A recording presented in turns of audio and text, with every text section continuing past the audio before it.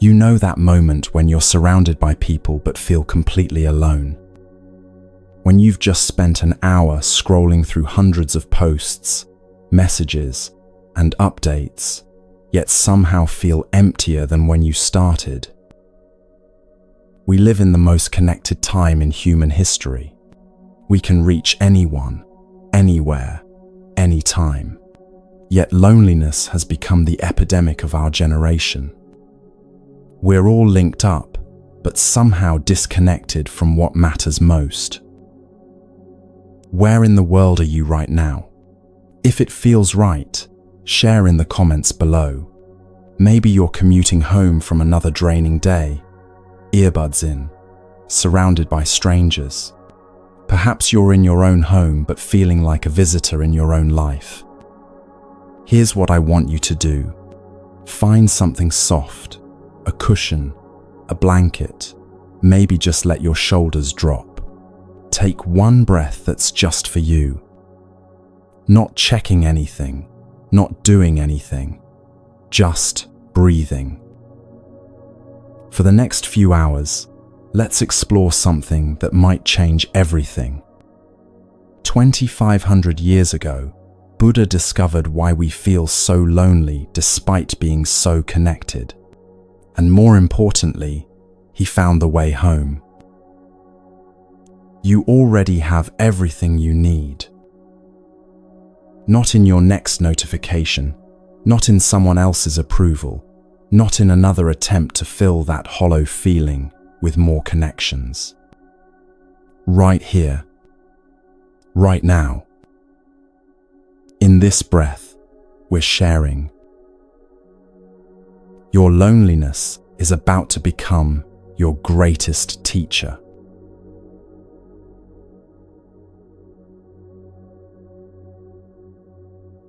Think about this for a moment.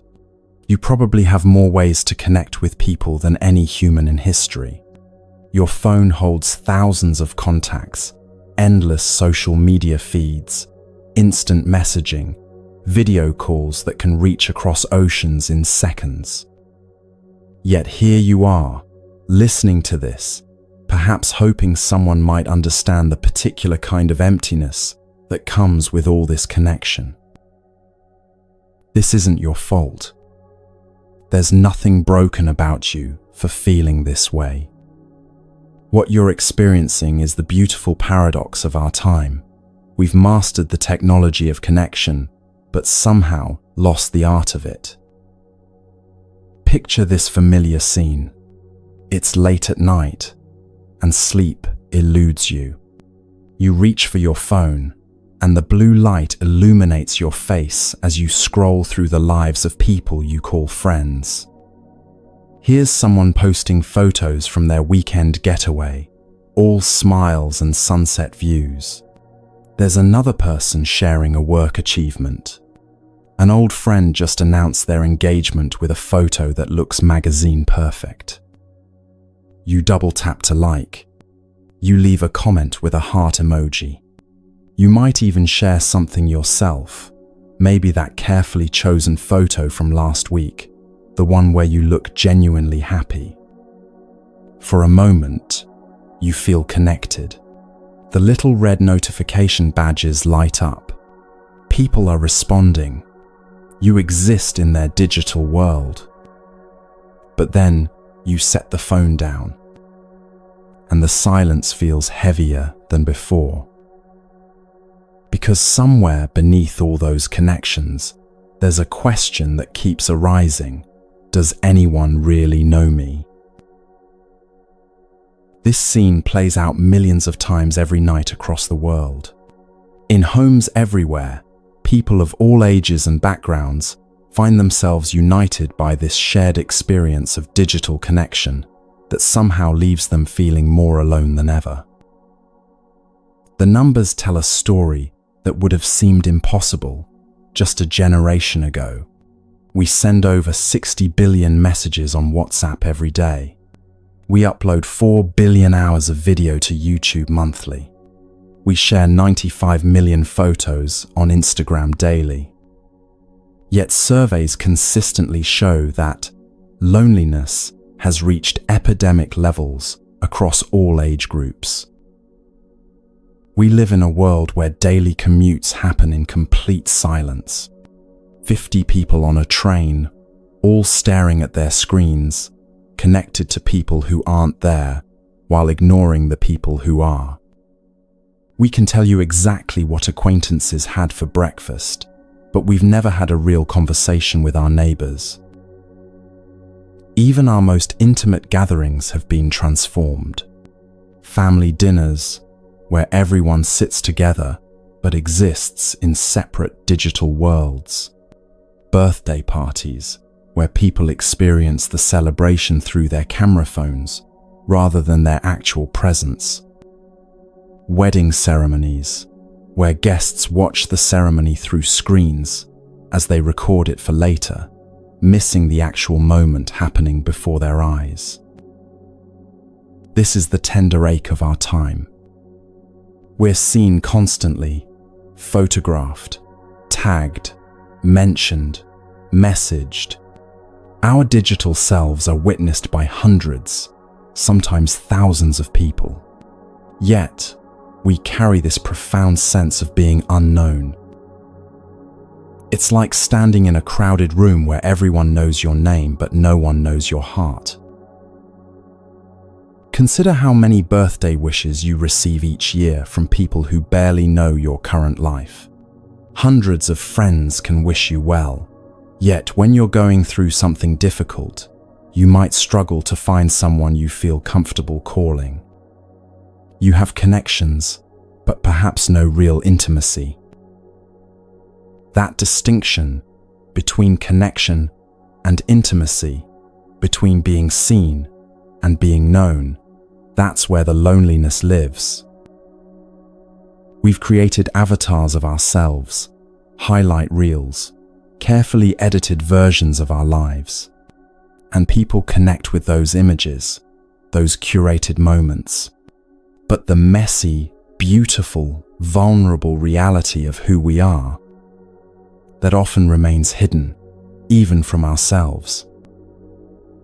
The pressure to maintain these digital personas has created an exhausting way of living.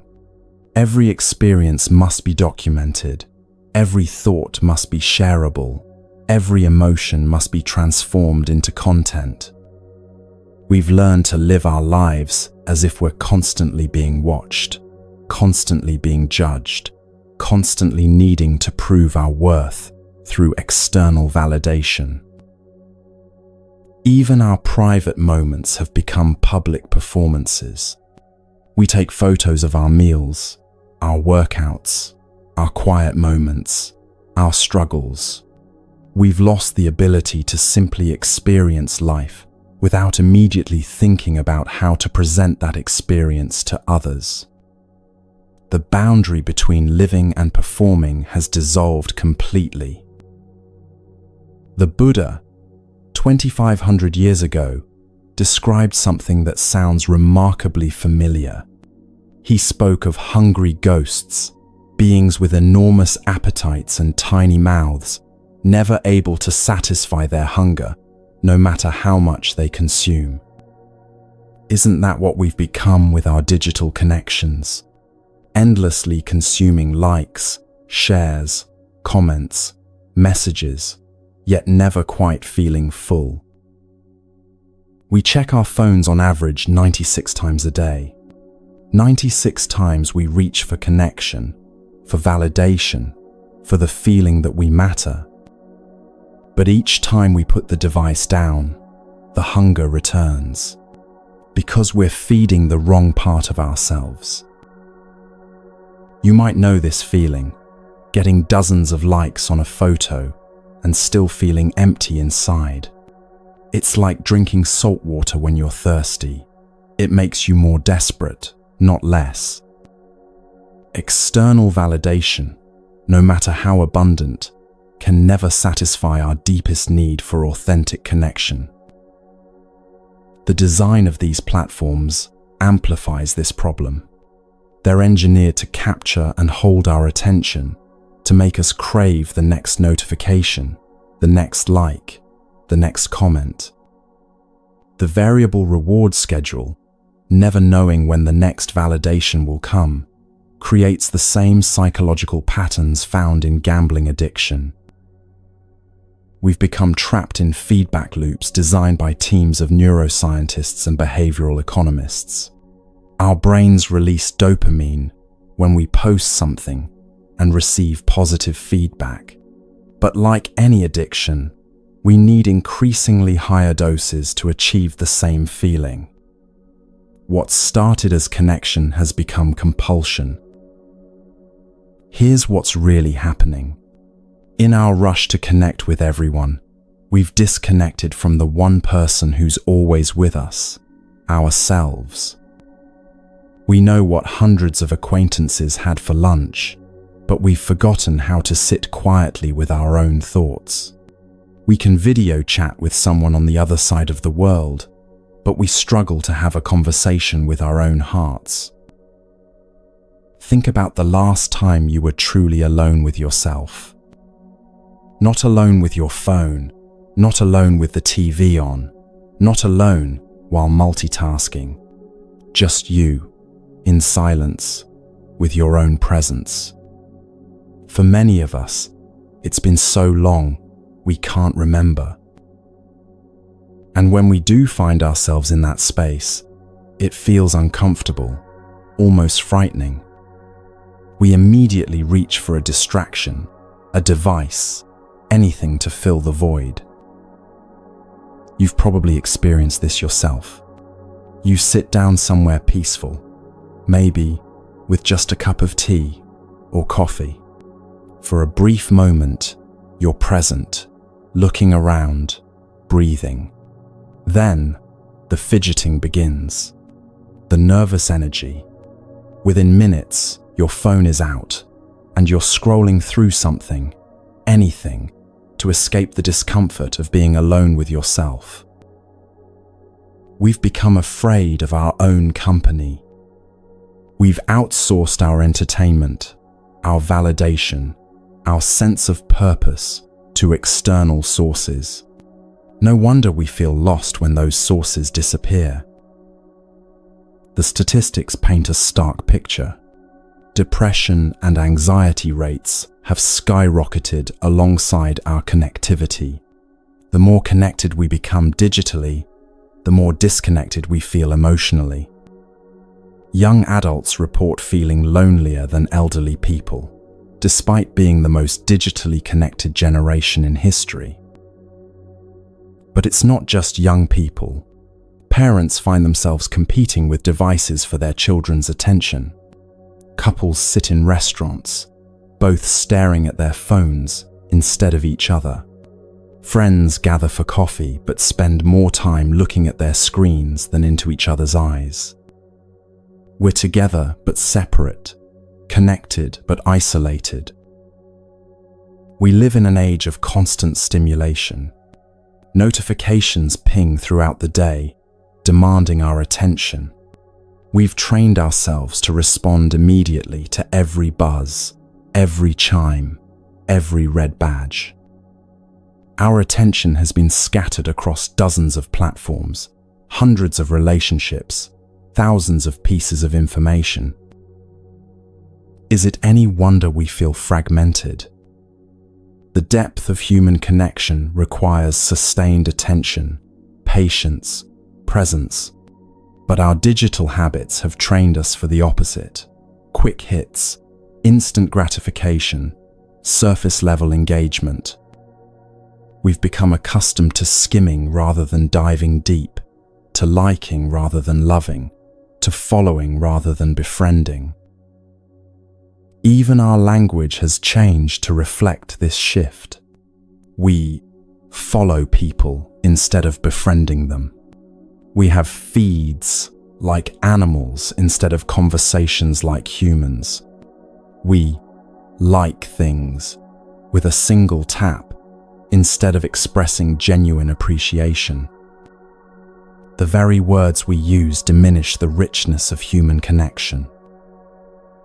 But what if that void isn't something to be filled? What if it's something to be explored? The Buddha spoke of something called the island of self, not the ego-driven, selfie-taking, social media self. Something deeper. He said, "Be a lamp unto yourself." In other words, find the light that already exists within you, rather than constantly seeking illumination from external sources. This teaching feels almost revolutionary in our hyper-connected world. We've been conditioned to believe that connection is always about reaching out, toward others, toward experiences, toward more. But what if the most profound connection is the one we make when we reach in? In ancient times, before electricity, before technology, people naturally experienced regular periods of silence and solitude. They had time to reflect, to process their experiences, to simply be with themselves. These weren't considered empty times but sacred times, opportunities for inner discovery and renewal. Now we've filled every possible moment with stimulation. We listen to podcasts while walking, watch videos while eating, scroll through social media while waiting in line. We've eliminated almost every opportunity for genuine solitude and reflection. No wonder we feel scattered and disconnected from ourselves. Here's something that might sound strange at first. What if your loneliness isn't a problem to be solved? What if it's actually a form of homesickness? Not homesickness for a place, but homesickness for yourself. When you're homesick, you're longing for a place where you feel safe, known, accepted, exactly as you are. A place where you don't have to perform or pretend. A place where you can simply be. What if that place exists within you? This isn't just poetic language. There's something profound here that our ancestors understood, but we've forgotten in our rush toward external connection. Every spiritual tradition speaks of it in different ways. The kingdom of heaven within, the true self, the Buddha nature. They're all pointing to the same revolutionary idea. You already contain what you're looking for. But we've become strangers to ourselves. We know our social media analytics better than our breathing patterns. We can navigate complex digital algorithms, but struggle to navigate our own emotions.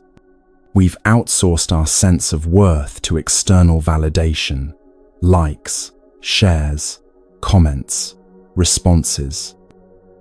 No wonder we feel empty when the notifications stop coming. Consider how different family gatherings have become.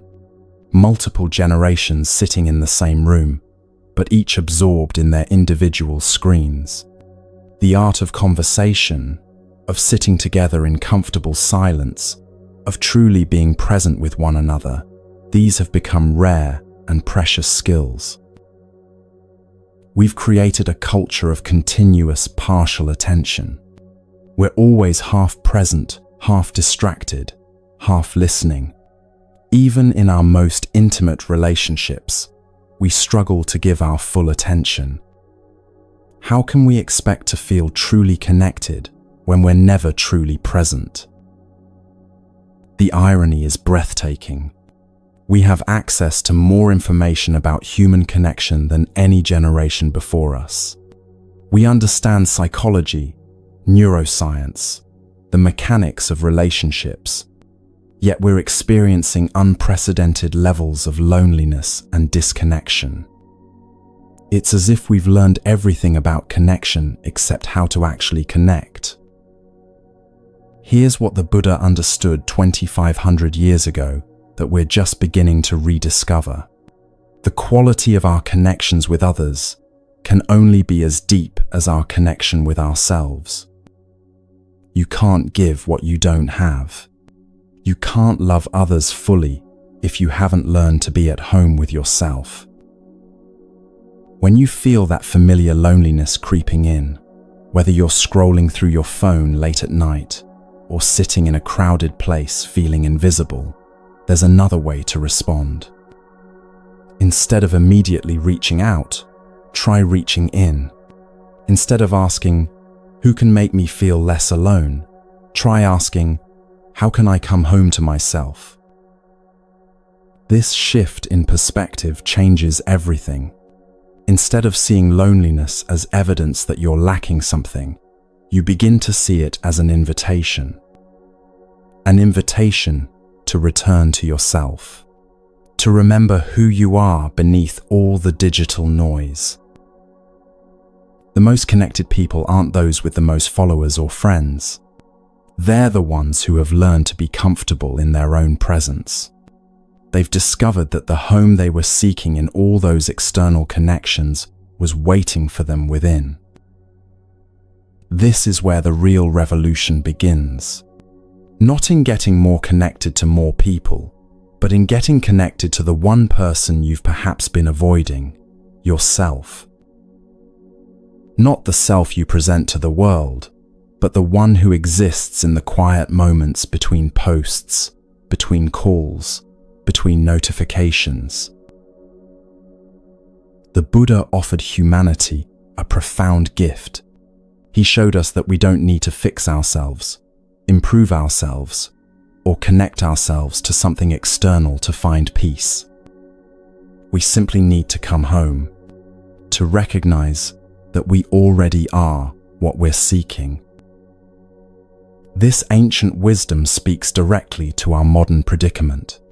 In a world that profits from our disconnection, from our constant seeking, from our perpetual dissatisfaction, the most radical act might be to simply sit still, to breathe, to come home to yourself. Let me tell you about the most beautiful teaching you'll ever encounter. It's about discovering that everything you've been searching for in all those connections, all those notifications, all those external validations, it's already here. It's been waiting patiently for your return. Are you ready to discover what you've been searching for in all those connections? Are you ready to come home?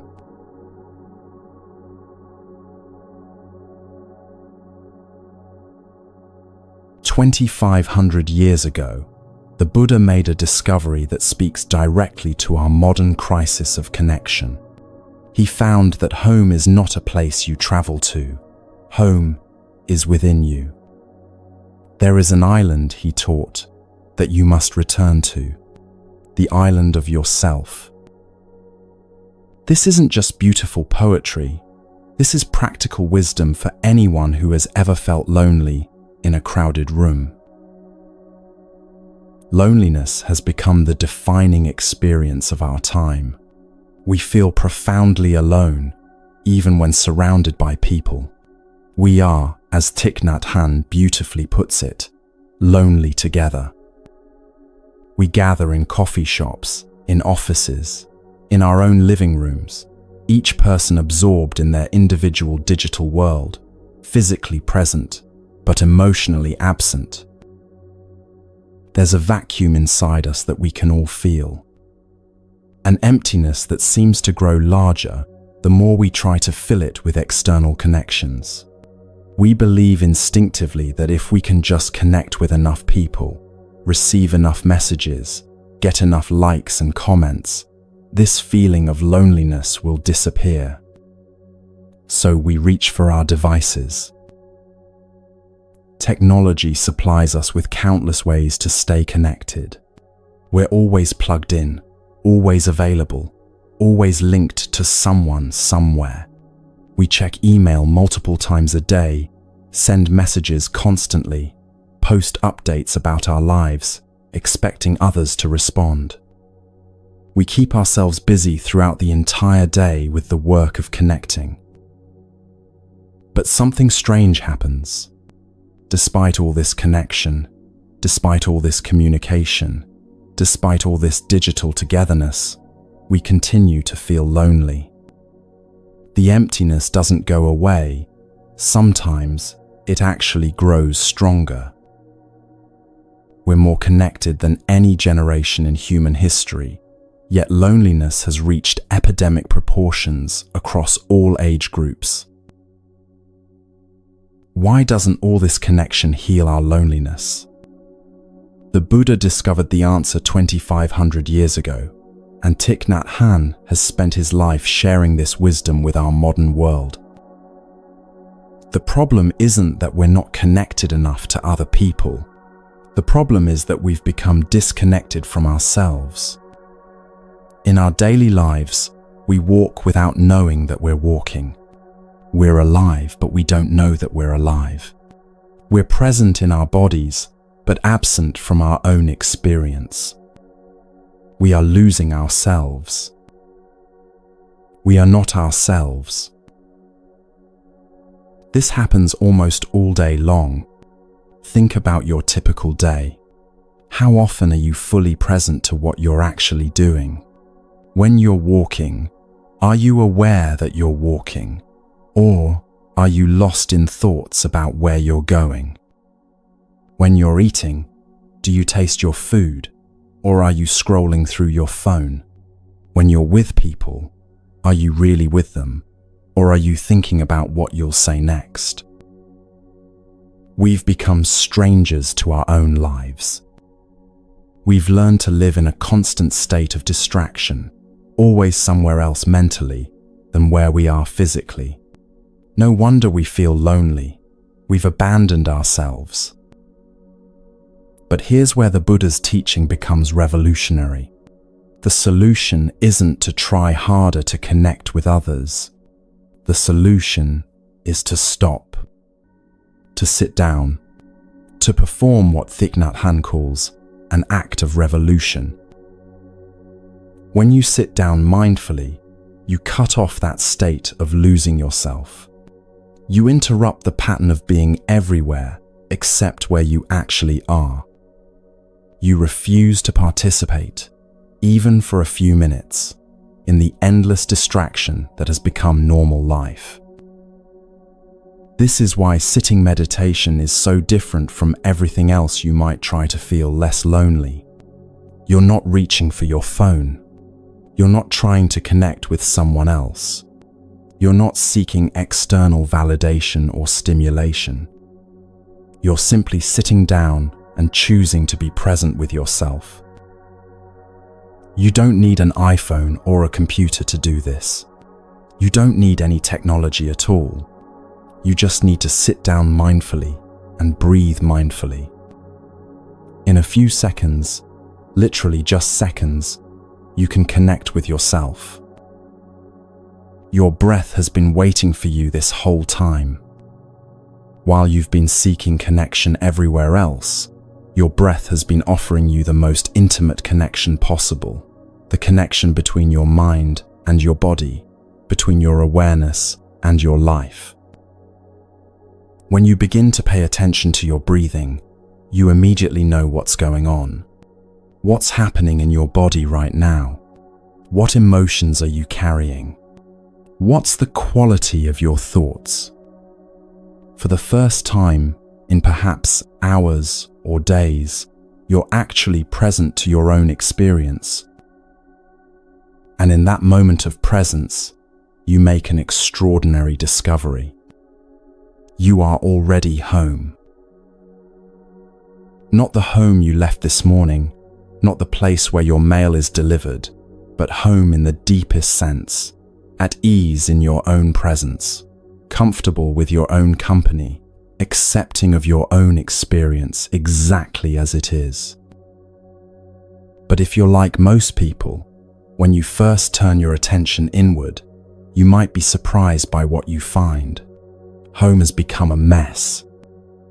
You've left it unattended for so long, focusing all your energy on external connections, that your inner world feels chaotic, neglected, overwhelming.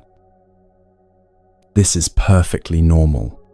Thich Nhat Hanh teaches that going home means accepting the situation as it is. Yes, it's a mess. Yes, you've allowed things to become scattered and neglected inside yourself. But that's okay, because you've been away for a long time. Now you're home, and you can begin to tidy up. With your mindful breathing, you begin to bring order to your inner world, not by forcing or fighting, but by simply being present. You begin to smile at everything you find inside yourself, the sadness, the fear, the loneliness, the anxiety. You allow your body to release the tension it's been carrying. The Buddha taught exactly how to do this, how to breathe in a way that releases physical tension, how to be aware of your feelings without being overwhelmed by them, how to bring the same kindness to your inner world that you would offer to a dear friend. When you become aware of your loneliness, instead of trying to escape it or fix it, you can learn to greet it like an old friend. My dear loneliness, you might say silently, I know you are there. I am here to take care of you. This isn't just a meditation technique. It's a way of making peace with your own experience. You can do the same with fear, with sadness, with anxiety. Instead of seeing these feelings as problems to be solved or emotions to be avoided, you can recognize them as parts of yourself that need attention. Like a wounded child who has been waiting for someone to notice their pain, these feelings just need to be acknowledged, held with tenderness. There's a wounded child in each of us. You can recognize her, recognize him, and you can embrace this part of yourself tenderly, the way you would comfort any child who was hurting. This is the act of going home and taking care of home. Every time you take a breath, whether you're breathing in or breathing out, you have the opportunity to go back to yourself. Every step you take can bring you home to the here and now, so you can connect with yourself, with your body, with your feelings. This is real connection. You don't need technology for this. You don't need anyone else's permission or participation. You don't need to wait for the right circumstances or the perfect moment. Right now, as you're listening to this, you can place one hand on your chest and feel your heart beating. You can take one conscious breath and connect with the simple fact that you're alive. This is revolutionary. In a world that profits from your distraction, from your disconnection from yourself, simply being present is an act of rebellion. You're refusing to participate in the system that keeps you seeking outside yourself for what you already possess within. But here's what makes this teaching so relevant to our crisis of connection. There's an illusion of connection that technology provides. You think that with all these devices, all these apps, all these ways to reach other people, you can truly connect. But you cannot really connect. How can you connect with another person when you cannot connect with yourself? This is the question that cuts through all our modern confusion about relationships and loneliness. If you're not at home with yourself, if you don't know your own heart, if you can't sit peacefully with your own thoughts and feelings, how can you possibly offer genuine intimacy to someone else? The teaching of the Buddha about going home to the island of self is the way to heal not just our individual loneliness, but our collective disconnection. It starts with the revolutionary act of turning inward. The way out is in. When you take a step, you go into yourself, because that step brings you home to the here and now. It helps you connect with your body. Your body is your breath, your feet, your lungs, your heart. When you're connected to your body, you're connecting with an essential part of your home. Think about how often you completely forget you have a body. When you spend 2 hours staring at a computer screen, you might forget entirely that you exist as a physical being. Without your body, how can you be alive? Yet we regularly live as if we're just floating heads, just thinking minds, disconnected from the physical reality of our existence. Many people have started programming a bell of mindfulness into their computers. Every 15 minutes, they hear a gentle sound that reminds them to stop working, stop thinking, and return to their breath. For just a moment, they enjoy breathing in, they connect with themselves, they smile, they become alive again. They remember that they have a body, which is a wonder. Your body is indeed a wonder, and connection is, first of all, connection with your body. Then there are your feelings, whether sadness or anger or loneliness. These feelings are you. You connect with them through your mindful breathing.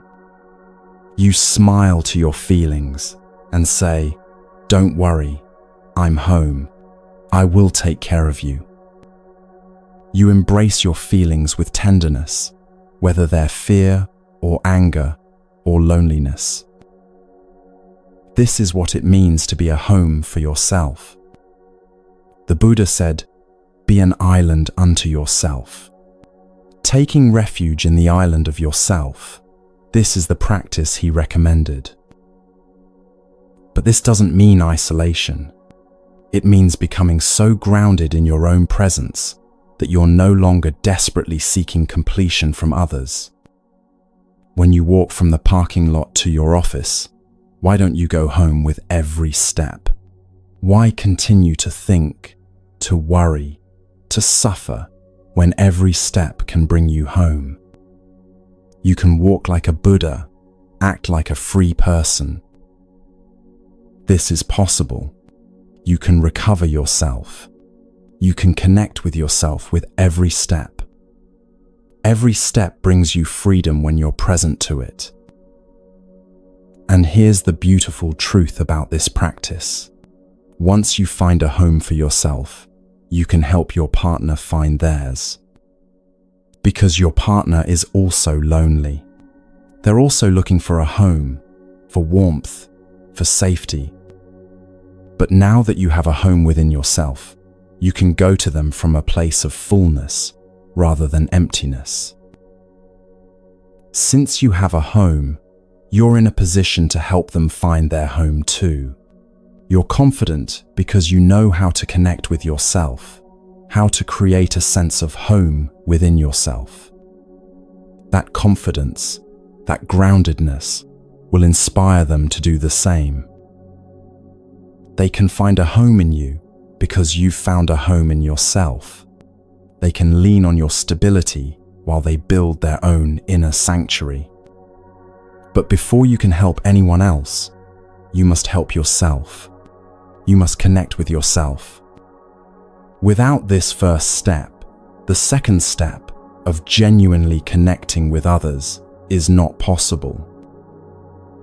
This is what the Buddha discovered under the tree, and what Thich Nhat Hanh has spent his life teaching our modern world. We don't really need an iPhone or any device to connect with another person. What we need are eyes that can look with compassion. Even if the other person is not in the same town, you can connect easily because you are already yourself. You are already home. Whatever you say, whatever you think from this grounded place will help them recover themselves. And when they become able to go back to themselves, your relationship becomes a real relationship. Because both of you have found home within yourselves. When you come together from this place, you find home in each other at the same time as you find it in yourselves. This creates what Thich Nhat Hanh calls a collective home, There's a home here in you, a home here in them, and a home that exists in the space between you. This collective home becomes the foundation for everything else. If you want to help society, if you want to help your community, if you want to make a difference in the world, you have to start here, with yourself, with coming home to your own presence. When you have a true home within yourself, you have happiness, you have safety, you have fulfillment. And then you're in a condition to go to others, whether they're individuals, groups, or society as a whole. This is the way prescribed by the Buddha. Everything begins with yourself. The teaching is very clear. Every breath, every step, every moment of sitting, every act, like drinking tea or cleaning your home, when done in mindfulness, helps you to go home and to enjoy the wonders of life around you and within you. Your body is a wonder. The natural world around you, the hills, the streams, the sky, these are all wonders. They have the power to heal when you're present enough to receive them. But first, you must come home to yourself. But here's the tender part that makes this practice so healing for our modern loneliness. When you first sit down and turn your attention inward, you might meet the parts of yourself that have been waiting for your love for a very long time.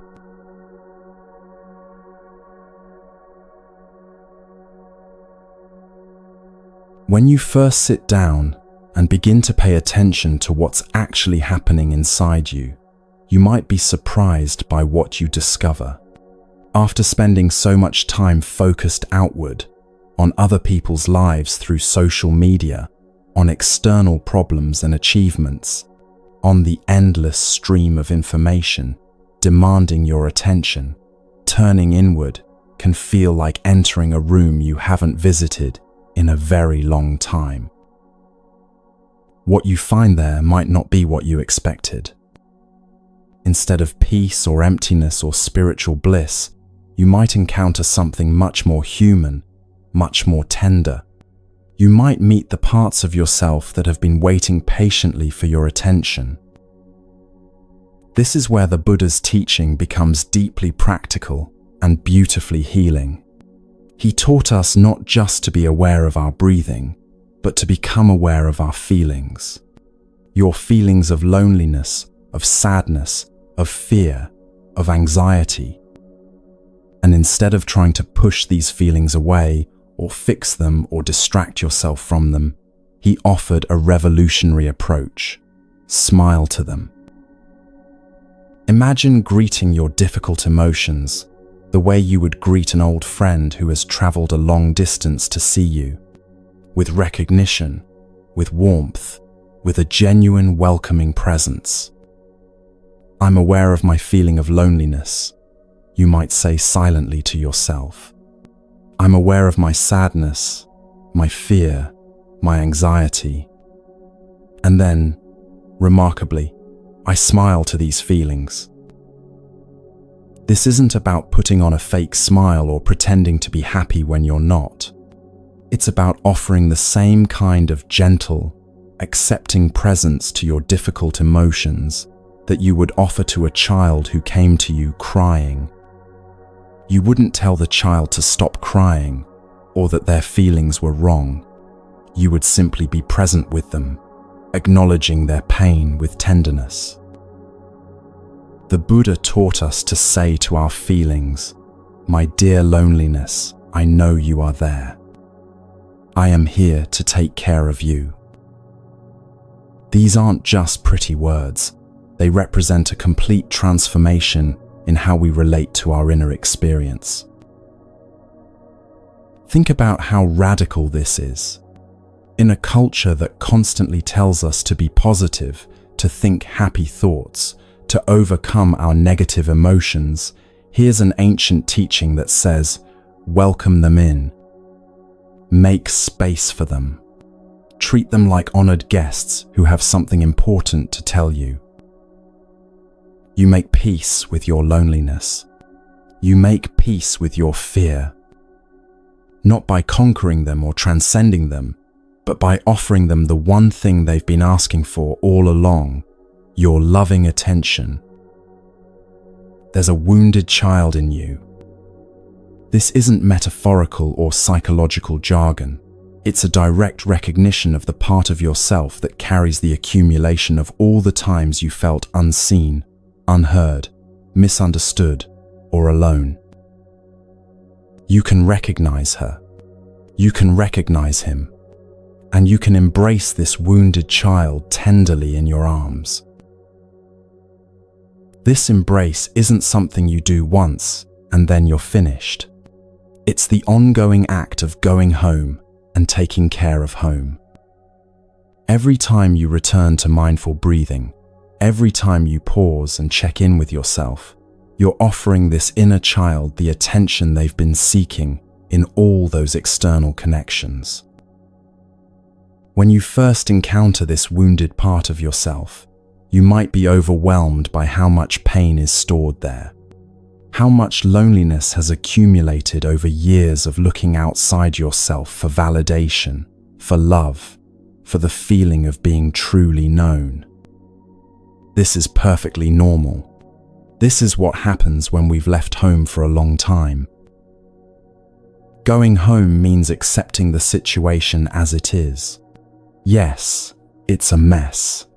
Yes, there's accumulated sadness, fear, anxiety, loneliness.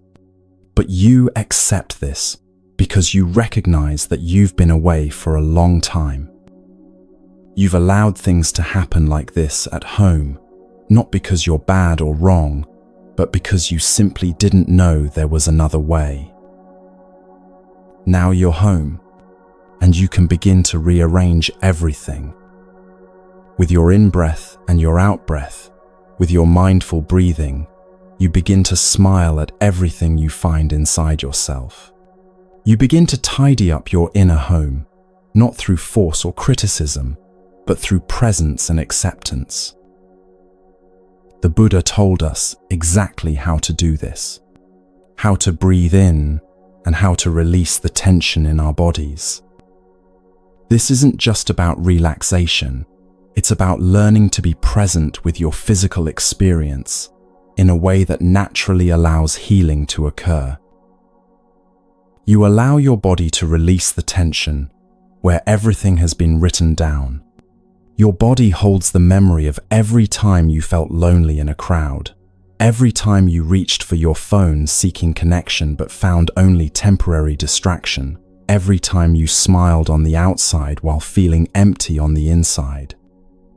All of this is stored in your muscles, in your breathing patterns, in the way you hold yourself throughout the day.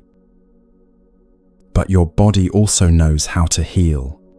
When you offer it your mindful attention, when you breathe with awareness and allow your breath to flow naturally, your body begins to release what it no longer needs to hold. The tension starts to dissolve, not because you're forcing it to relax, but because you're finally providing the safety and presence your body needs to let go. This is why mindful breathing feels different from other relaxation techniques. You're not trying to achieve a particular state or force your body to behave in a certain way. You're simply offering your kind attention to whatever is actually happening right now. And in that attention, in that acceptance, natural healing begins to occur. Your breathing becomes like a gentle hand stroking the forehead of that wounded child within you. Each in-breath says, "I see you." Each out-breath says, "You're safe now." This isn't something you need to think or visualize. It happens naturally when you breathe with awareness and kindness. Sometimes, when you first begin to offer this kind of attention to your inner world, you might find that emotions rise to the surface more intensely than usual. You might feel like crying for no apparent reason, or feel waves of sadness or loneliness that seem to come from nowhere. This isn't a sign that something is wrong, it's a sign that something is finally right. These emotions aren't new. They've been there all along, beneath the constant activity and distraction. Now that you're finally present enough to feel them, they can begin to move through you and transform. Your tears, when they come, are just love, with nowhere to go, finally finding a way to flow. Think about how we usually respond to difficult emotions. We reach for our phones, turn on the TV, call someone, eat something, buy something, anything, to avoid feeling what we're actually feeling. We've learned to treat our emotions like emergencies that need to be fixed immediately, rather than natural movements of our inner life that simply need to be witnessed. But what if your sadness doesn't need to be fixed? What if your loneliness isn't a problem to be solved, but a part of you that needs to be heard? What if your anxiety is actually your inner wisdom trying to tell you something important about how you've been living? When you sit quietly and allow yourself to feel whatever is present without immediately trying to change it, you discover that emotions are much more fluid and temporary than you thought. They rise like waves, and when met with presence rather than resistance, they naturally subside. But they can only complete this natural cycle when they're not being pushed away or suppressed. The practice of speaking to your emotions like beloved friends transforms your relationship with your inner life completely. Instead of being afraid of what you might find inside yourself, you become curious. Instead of treating your difficult emotions like enemies to be defeated, you treat them like messengers carrying important information. Hello, my dear loneliness, you might say silently when you feel that familiar ache arising. I see you there. I know you've been waiting for my attention. I'm here now. Tell me what you need. You might be surprised by what your loneliness has to say when you finally give it a chance to speak. It might tell you that it's tired of all the surface-level connections and is actually longing for deeper intimacy, starting with intimacy with yourself. It might reveal that it's not asking you to find more people to connect with, but to connect more deeply with the people already in your life. Or it might simply want to be held for a while, acknowledged for the difficult job it's been doing trying to get your attention. Your anxiety might have something equally important to share. It might be trying to tell you that you've been moving too fast, trying to do too much, living in a way that doesn't honor your natural rhythms and needs. It might be pointing out that you've been so focused on pleasing others that you've lost touch with what actually brings you joy and peace. Your sadness might be grieving all the moments you've missed while distracted by your devices, all the opportunities for real connection you've passed by while seeking connection online. Or it might be mourning the loss of the simpler life you once knew, before constant connectivity became the norm. This grief is natural and healthy. It shows that you still remember what genuine presence and connection feel like. The wounded child within you has been carrying all of this for a very long time. All the accumulated moments of feeling unseen in a world that seems to notice everything except what really matters. All the times you felt lonely despite being surrounded by ways to connect. All the experiences of reaching out for authentic relationship but finding only digital facsimiles. This child doesn't need you to fix their pain or make it go away. They just need you to acknowledge that it's real, that their feelings make sense, that they're not asking for too much when they want to feel truly known and loved. They need you to sit with them for a while without trying to cheer them up or talk them out of what they're feeling. When you embrace this wounded child tenderly in your arms, you're not being dramatic or self-indulgent. You're offering yourself the same compassion you would naturally offer to any child who was hurting. You're providing the loving presence that this part of you has been seeking in all those external connections that never quite satisfied. This is the act of going home and taking care of home. Not the home where your mail is delivered, but the home of your own heart, your own inner life, your own precious existence. You've been away for so long, focused on everyone else's lives, everyone else's needs, everyone else's approval. Now, you're finally here for yourself. Every time you take a breath, whether you're breathing in or breathing out, you have the opportunity to go back to yourself, to check in with that child within you and ask, how are you doing right now? What do you need from me? How can I take better care of you? Every step you take, if done mindfully, brings you home to the here and now so that you can connect with yourself, with your body, with your feelings. This is real connection, not the kind mediated by technology, but the direct, immediate connection between your awareness and your lived experience.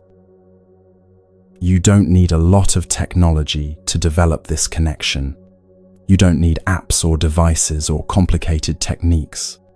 You just need your own kind attention, your own willingness to be present with whatever you're experiencing, without immediately trying to change it or escape from it. This is the revolution that Thich Nhat Hanh speaks of. In a world that profits from your dissatisfaction, from your constant seeking outside yourself, simply being present with your own experience is a radical act. You're refusing to participate in the economy of endless distraction and consumption. You're choosing depth over surface, being over doing, presence over productivity. When you first begin this practice, you might notice how much resistance you encounter, not from the practice itself, but from the habits of mind that have kept you seeking externally for so long. Your mind might immediately start making lists of things you should be doing instead of sitting quietly. You might feel guilty for taking time to simply be with yourself. You might feel like you're being selfish or unproductive.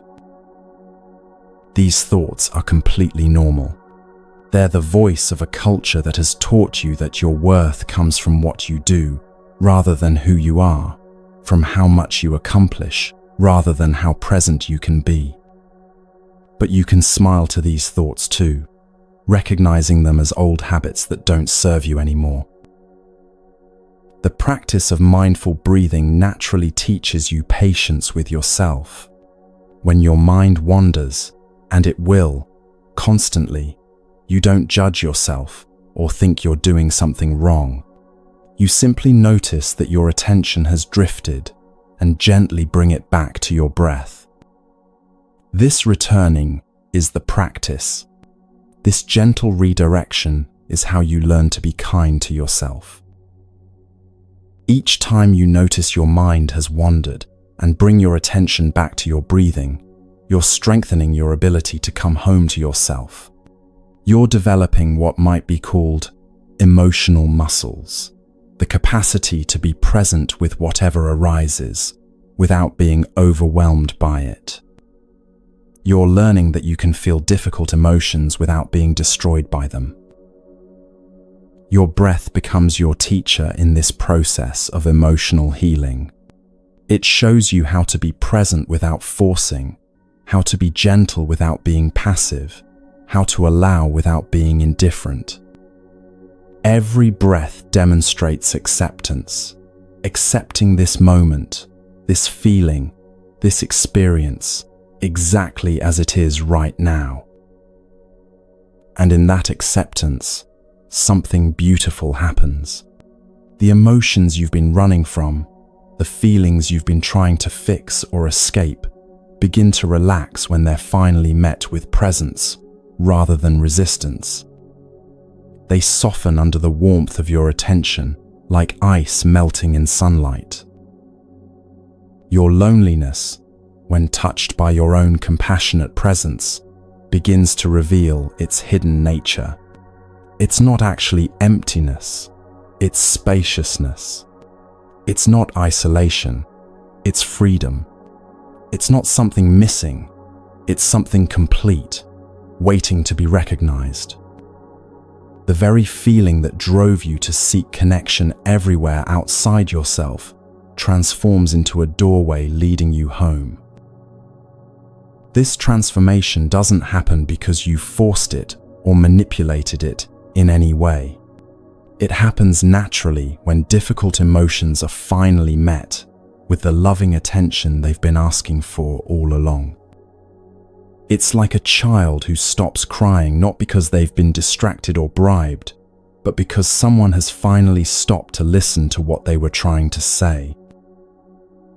The mess you find inside yourself when you first turn inward isn't evidence that you're broken or behind or doing life wrong. It's simply what accumulates when we live disconnected from our own inner world for extended periods. Just as a house gets dusty when no one's been taking care of it, our inner life gets cluttered when we've been focused exclusively outward.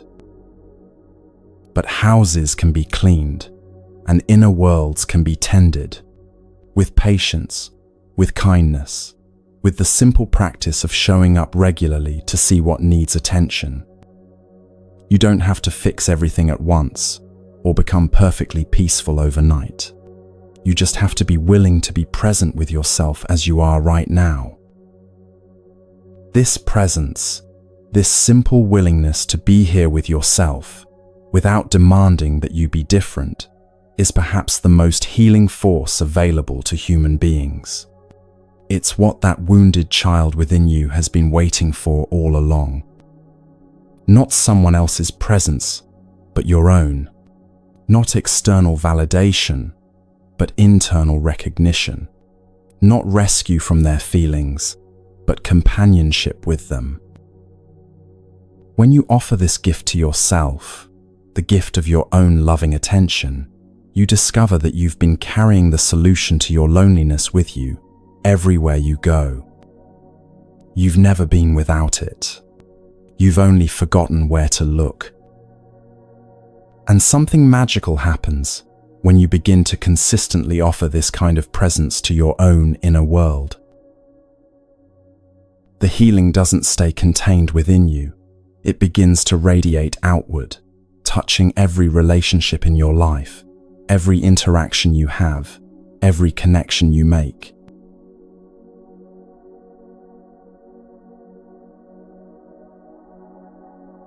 There's a profound shift that happens when you begin to consistently offer loving attention to your own inner world.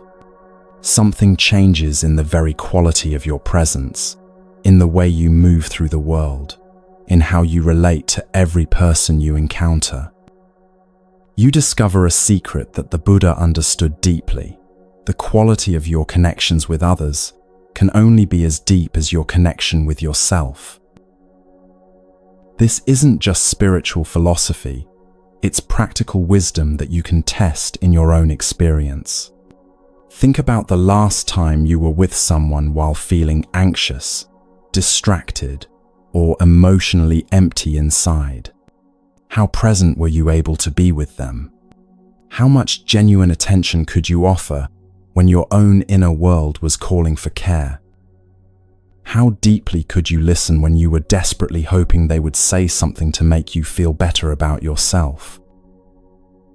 Now imagine being with that same person from a place of inner fullness. When you've taken time to come home to yourself, to acknowledge your own feelings with kindness, to breathe mindfully and settle into your own presence. Suddenly, you have something to give rather than something to get.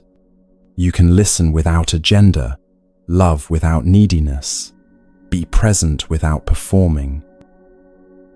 This is the beautiful truth that transforms everything about how we understand relationships and connection. You can only love others as much as you love yourself. Not because you're being selfish, but because love isn't something you extract from others. It's something you become and then naturally share.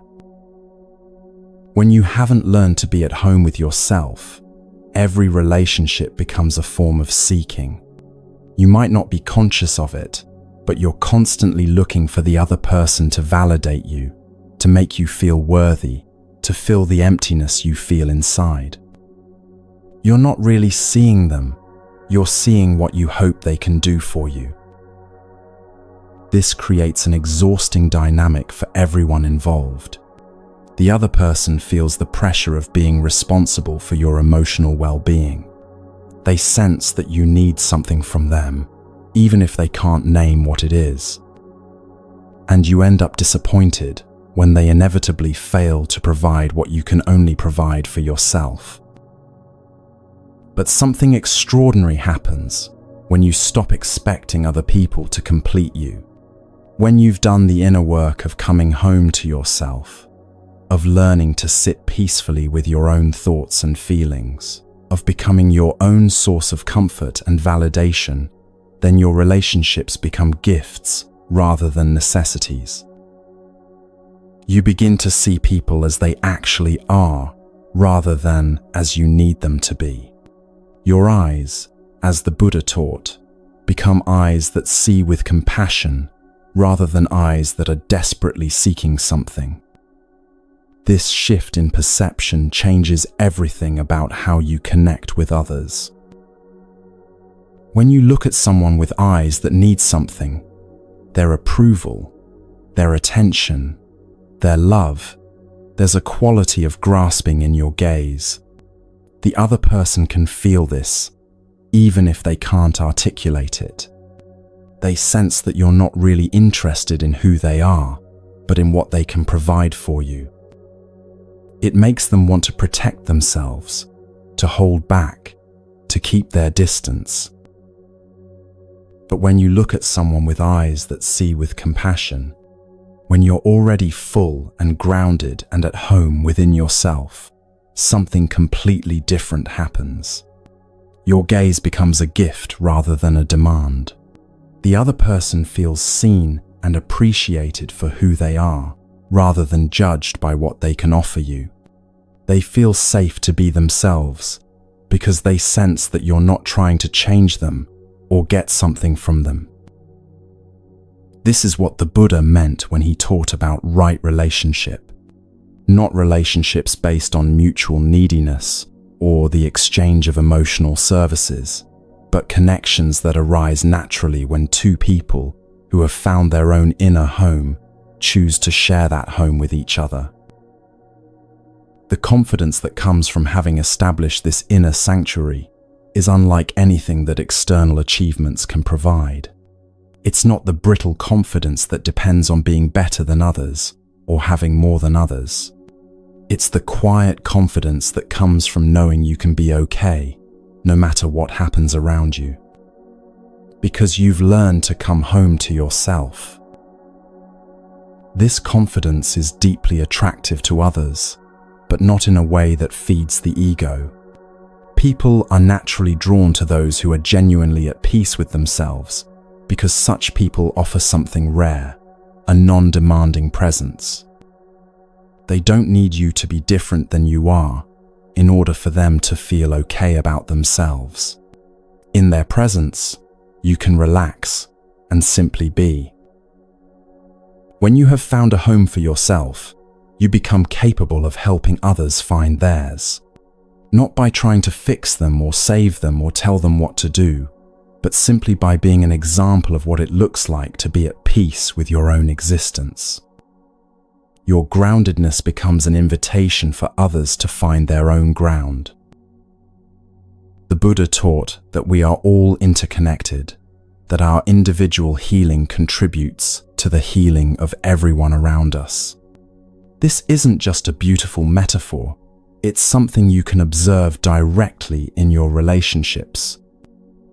When you're anxious and scattered, the people around you tend to become anxious and scattered. When you're peaceful and present, that peace naturally spreads to others. Your partner, your friends, your family members, they're all seeking the same thing you are.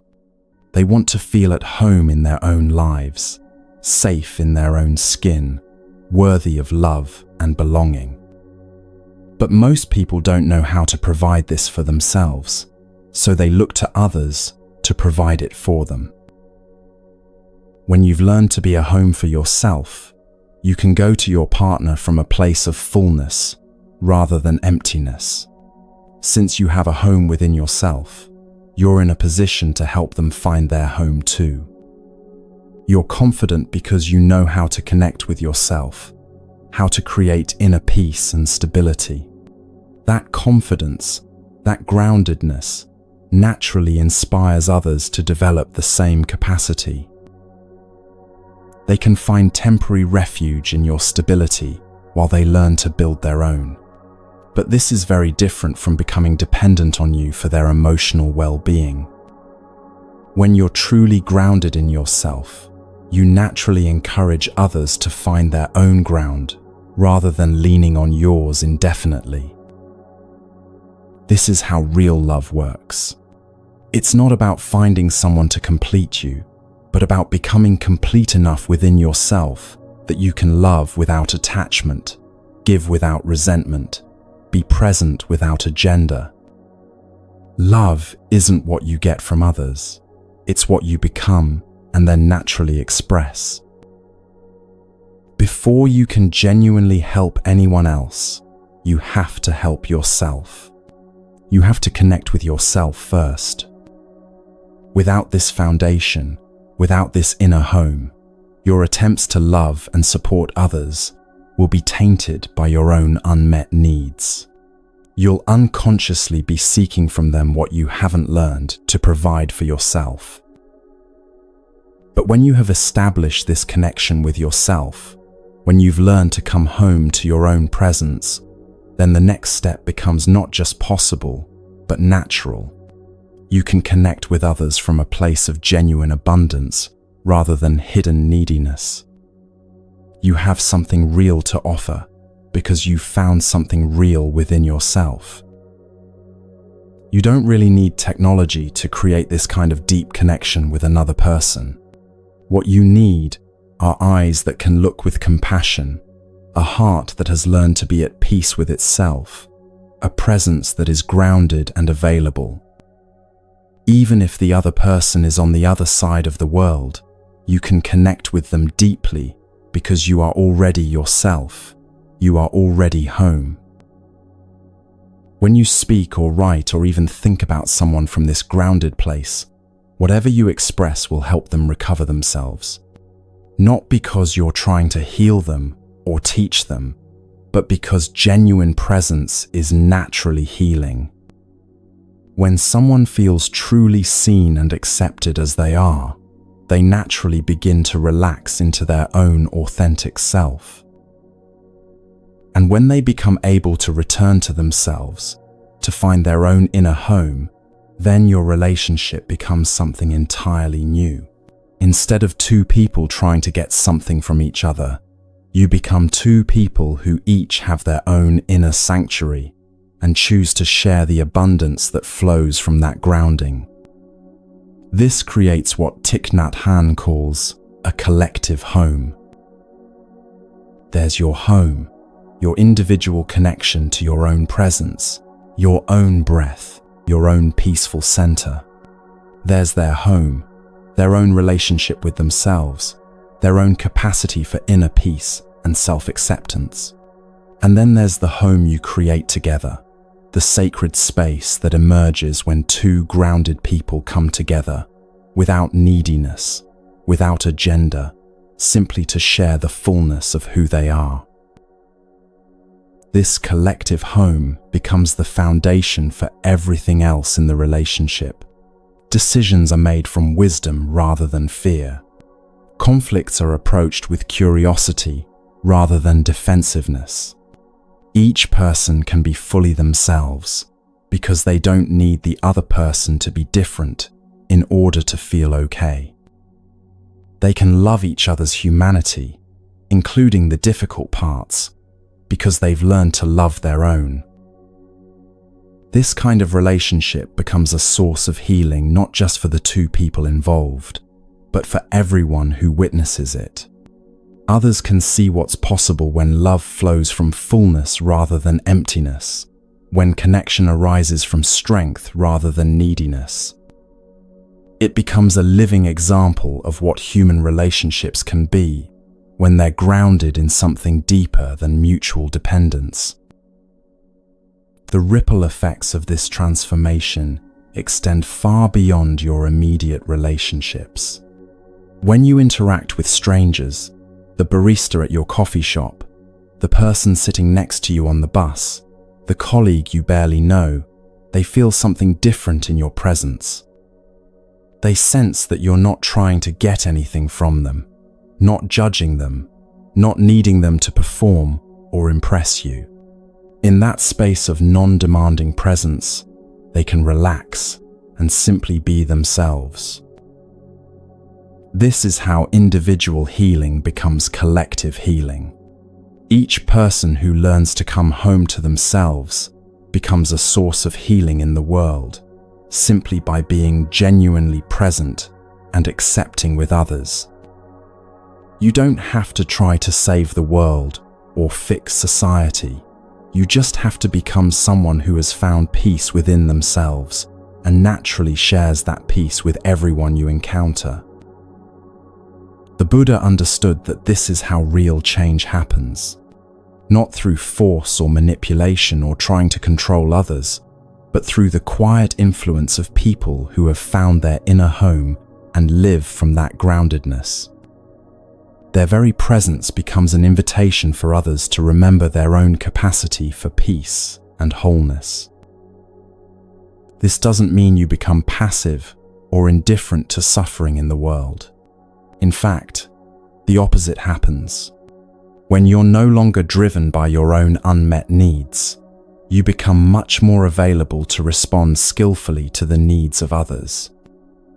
Your actions arise from wisdom and compassion, rather than from anxiety and the desire to be seen as good or helpful. You can engage with the difficulties in your relationships, your community, your world from a place of stability rather than reactivity. You can offer support without taking on others' problems as your own. You can be present with pain, yours and others, without being overwhelmed by it. You become someone who can sit with difficulty without immediately trying to fix it or run away from it.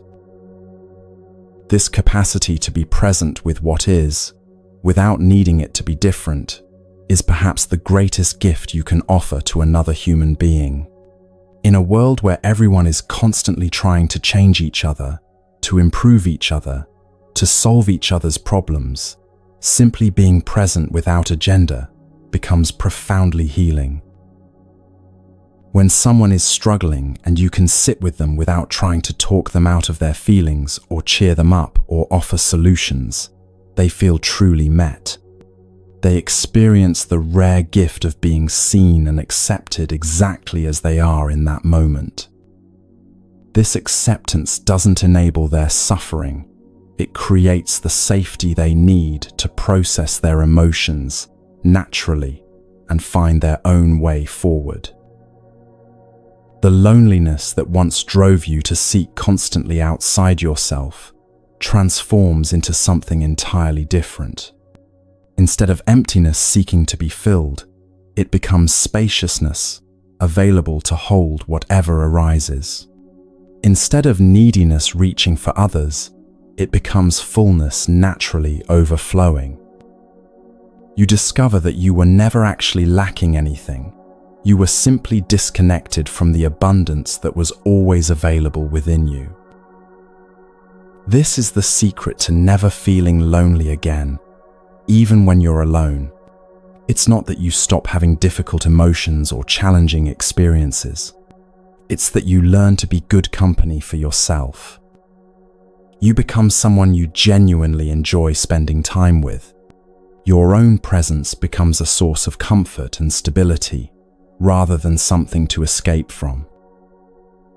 When you reach this place of genuine self-acceptance and inner peace, solitude becomes a gift rather than a punishment. You can sit quietly with yourself without immediately reaching for distractions. You can take walks alone and actually enjoy your own company. You can go to movies by yourself, eat meals alone, travel solo, not as acts of defiance or independence, but simply because you genuinely like being with yourself. This doesn't mean you become antisocial or no longer value connection with others. In fact, the opposite happens. Because you're no longer desperately seeking from others what you can provide for yourself, your relationships become more authentic, more relaxed, more joyful. You can enjoy people's company without needing them to fill any emptiness in you. You can love them without trying to control them or change them. And when you do choose to be alone, that solitude becomes a time of communion with yourself, rather than isolation from others. You're not alone in the sense of being cut off or abandoned. You're alone in the sense of being whole and complete unto yourself. It's the difference between loneliness and solitude, between emptiness and fullness, between seeking and being. This transformation affects every aspect of your life. Your work becomes more creative and authentic because you're no longer performing for approval. Your friendships deepen because you can be genuinely interested in others rather than focused on what they think of you. Your family relationships heal because you stop trying to get from them what they were never meant to provide. Even your relationship with strangers becomes more warm and open because you're not seeing them through the lens of your unmet needs. Love, you discover, isn't what you get from others. It's what you become when you learn to be at home with yourself. And once you become love, once you embody the peace and acceptance and compassion that you've cultivated in your relationship with yourself, that love naturally flows to everyone in your life without effort or intention. This is the Buddha's teaching, made practical for our modern lives. This is how ancient wisdom transforms contemporary loneliness. Not by trying to connect more, but by learning to connect authentically. Not by seeking love everywhere, but by becoming love and then sharing it freely. And when two people who have each found this inner home come together, something beautiful happens that transcends anything either could create alone. They discover that love multiplied is infinitely greater than love divided, and that true intimacy is only possible between two people who are already complete.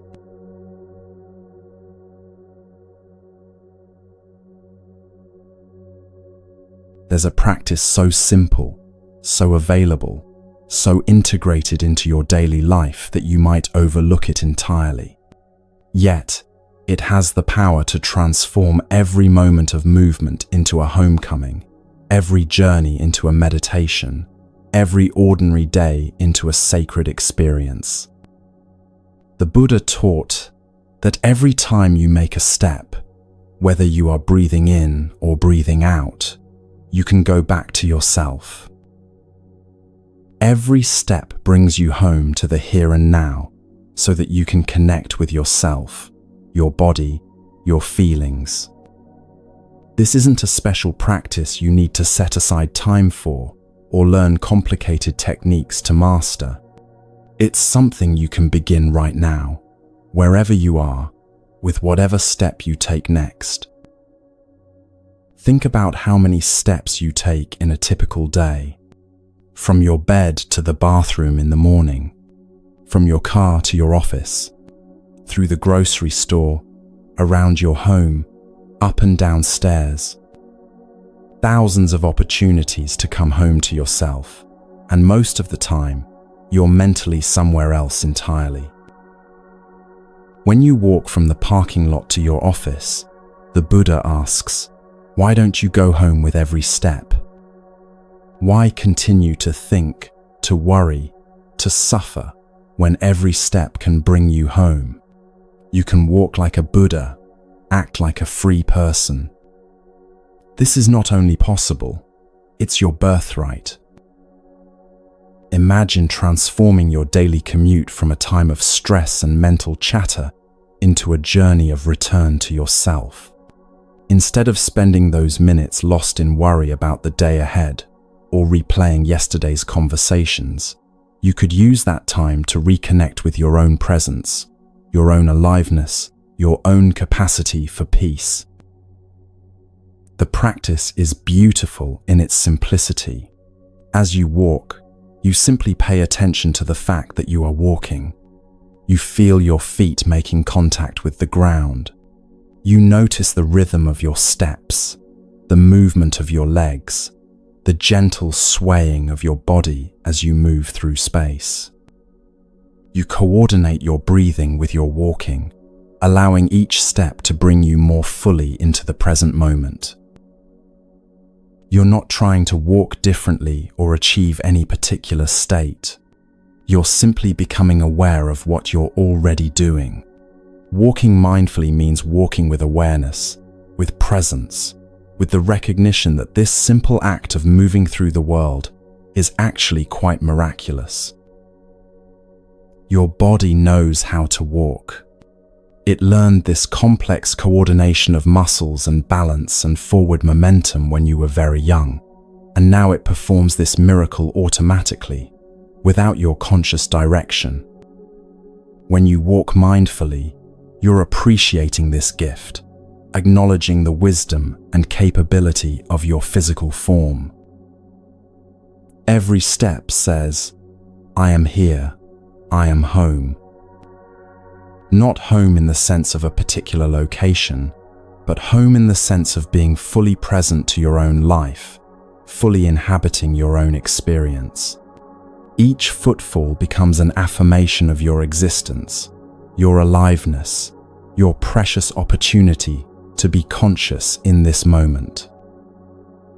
When you first begin walking this way, you might be surprised by how quickly your mind wants to drift away from the simple experience of walking. This is completely normal. Your mind has been trained to be everywhere except where you actually are. But each time you notice your attention has wandered and gently bring it back to your steps, you're strengthening your capacity to be present with your life as it's actually happening. The beauty of walking meditation is that it integrates seamlessly into your existing routine. You don't need to find extra time in your schedule or create special conditions. Every time you move from one place to another, you have an opportunity to practice coming home to yourself. The walk from your car to the store, from your desk to the bathroom, from the kitchen to the bedroom, all of these become invitations to presence. You can practice this while walking in nature, and the natural world will support your return to yourself. The trees, the sky, the earth beneath your feet, these are all expressions of the same life force that animates your own body. Walking mindfully in nature can feel like a conversation between your awareness and the awareness that permeates everything around you. But you can also practice walking meditation in the most urban environments. Walking through a busy city, surrounded by traffic and crowds and noise, can become an opportunity to find inner stillness amidst outer chaos. Your mindful steps become an anchor of peace in a world of constant movement and stimulation. The rhythm of walking naturally supports the rhythm of breathing. You might find that you naturally breathe in for 2 or 3 steps, then breathe out for the same number of steps. This coordination between movement and breath creates a natural meditation, a moving prayer, a walking practice of returning to life. You recover yourself with every step. You are no longer losing yourself in mental projections about the future or regrets about the past. You connect with your body. You connect with your feelings, with every step. And every step brings you freedom. Freedom from the mental prison of constant thinking. Freedom from the anxiety of always being somewhere other than where you are. This practice transforms your relationship with your body in profound ways. Most of the time, we treat our bodies as vehicles for getting our heads from one place to another. We ignore physical sensations unless they become uncomfortable enough to demand attention. We spend hours focused on screens, completely disconnected from the physical reality of our existence. Your body is your oldest, wisest friend. It has been with you since the moment you were born, faithfully supporting your life, automatically managing thousands of complex processes that keep you alive and healthy. It has carried you through every experience you've ever had, held every emotion you've ever felt, been the vessel for every moment of joy and sorrow in your life. When you spend 2 hours working on your computer, Thich Nhat Hanh observes, you might forget entirely that you have a body. Without your body, how can you be alive? Yet, this disconnection from our physical existence has become so normal that we barely notice it anymore. This is why many people have begun programming a bell of mindfulness into their computers. Every 15 minutes, they hear a gentle chime that reminds them to stop working, stop thinking, and return to their breath. For just a moment, they enjoy breathing in. They connect with themselves. They smile. They become alive again. They remember that they have a body, which is a wonder. Your body is indeed a wonder. Right now, as you listen to these words, your heart is beating approximately 70 times per minute, pumping blood to every cell in your body. Your lungs are exchanging oxygen and carbon dioxide, supporting the life of every organ and tissue. Your digestive system is processing nutrients. Your immune system is protecting you from illness. Your nervous system is coordinating millions of signals that allow you to think and feel and perceive. All of this is happening without any conscious effort on your part. When you walk mindfully, you're honoring this miraculous physical existence that makes all your experiences possible. You're acknowledging the gift of mobility, of balance, of the complex coordination that allows you to move through the world. Each step becomes an expression of gratitude for the body that carries you through life. Connection is, first of all, connection with your body. When you're disconnected from your physical existence, living primarily in your thoughts and mental constructions, how can you possibly connect authentically with others? They can sense that you're not really present, not really inhabiting your own life. But when you're grounded in your physical presence, when you're aware of your breath and your posture, and the sensation of your feet on the earth, others feel your groundedness. Walking meditation teaches you to be present with whatever arises in your body. Sometimes, you might notice tension in your shoulders or tightness in your chest. Sometimes you might feel energized and light, other times heavy and sluggish. The practice isn't about feeling a particular way, but about being aware of however you're feeling without judgment. This awareness naturally leads to healing. When you're present with physical sensations, your body can release tension that it's been holding unnecessarily. When you breathe mindfully while walking, you're providing your nervous system with the oxygen and rhythm it needs to function optimally. When you move with awareness, you're naturally improving your posture, your balance, your overall physical well-being. But the benefits extend far beyond the physical. Walking meditation is a practice of integration, bringing together body and mind, movement and stillness, inner awareness and outer experience. It teaches you that meditation isn't something you only do while sitting quietly, but a quality of awareness you can bring to any activity. Every step becomes an opportunity to practice what the Buddha called right mindfulness, being aware of what you're doing while you're doing it. This sounds simple, but it's actually quite revolutionary in a world that rewards multitasking and constant mental activity. To do one thing at a time, with full attention, is to rebel against the culture of distraction that dominates modern life. When you walk mindfully to your office, you're not preparing for your workday or reviewing your to-do list. You're simply walking. When you walk mindfully to the store, you're not planning what you'll buy or thinking about other errands. You're simply walking. This quality of undivided attention transforms the most ordinary activities into practices of presence. The gentle revolution of simply being where you are cannot be overstated.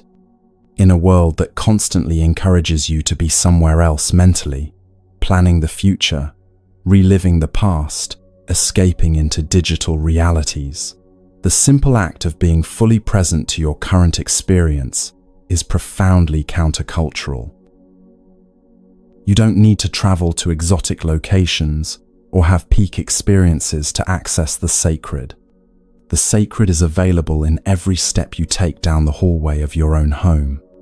The divine is present in the simple act of walking from your car to the grocery store. Every moment offers you the opportunity to wake up to the miracle of your own existence. This practice naturally extends beyond walking to all forms of movement and physical activity. You can bring the same quality of mindful attention to washing dishes, folding laundry, driving your car, exercising at the gym. Any activity that involves your body can become a meditation, a practice of returning to presence, a way of coming home to yourself. When you're washing dishes mindfully, you feel the warm water on your hands, notice the texture of the soap, appreciate the simple rhythm of cleaning and rinsing. You're not rushing through the task to get to something more important. You recognize that this moment, this activity, is your life happening right now. The dishes become your teachers, showing you how to be fully present to whatever you're doing. The same awareness can transform your daily hygiene routine into a practice of self-care and presence. Brushing your teeth becomes an opportunity to appreciate your body and take care of it mindfully. Showering becomes a meditation on cleansing and renewal. Getting dressed becomes a moment to appreciate the body that carries you through life and the clothes that provide warmth and protection. Even mundane activities like waiting in line or sitting in traffic can become opportunities to practice presence. Instead of feeling frustrated by these delays, you can use them as reminders to return to your breath, to notice your body, to appreciate the simple fact that you're alive in this moment. What seemed like interruptions to your day become invitations to wake up to your life. The 15-minute bell practice that Thich Nhat Hanh describes can be adapted to any form of reminder that works for your lifestyle. You might set gentle alarms on your phone or use natural cues like every time you hear a bird singing or see a red car. The specific trigger doesn't matter. What matters is creating regular opportunities throughout your day to stop, breathe, and return to presence. Each time you respond to these reminders, you strengthen what might be called your presence muscle. Just as physical exercise gradually builds strength and endurance, regularly returning to mindful awareness gradually builds your capacity to remain present even in challenging circumstances. You become someone who can stay grounded in the midst of chaos, centered in the face of difficulty, peaceful, regardless of external conditions. This doesn't mean you become passive or indifferent to what's happening around you. In fact, the opposite occurs. When you're truly present, you become much more responsive to what each situation actually requires. You act from wisdom rather than reactivity, from clarity rather than confusion, from love rather than fear. Walking meditation specifically teaches you that you can be peaceful while in motion, centered while actively engaged with the world. This is crucial for modern life, where most of us spend very little time sitting still, but many hours moving from one activity to another.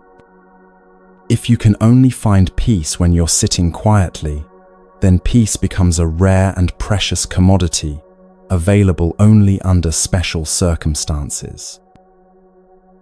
But when you learn to walk as a meditation, to move through your day as a practice of presence, then peace becomes as available as your next step. You carry your sanctuary with you wherever you go. You don't need to wait for the right conditions or the perfect moment. You can come home to yourself with your very next breath, your very next step.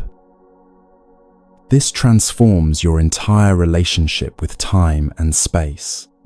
Instead of seeing your day as a series of tasks to complete or places to get to, you begin to see it as a series of opportunities to be present, to connect with yourself, to appreciate the gift of being alive. The journey becomes as important as the destination. Actually, the journey becomes the destination. You discover that you don't need to get anywhere or accomplish anything in order to be happy and peaceful. Happiness and peace are available right now, in this step, in this breath, in this moment of simply being present to your own existence. This realization is profoundly liberating because it means you can stop postponing your life, stop waiting for the right circumstances to be content.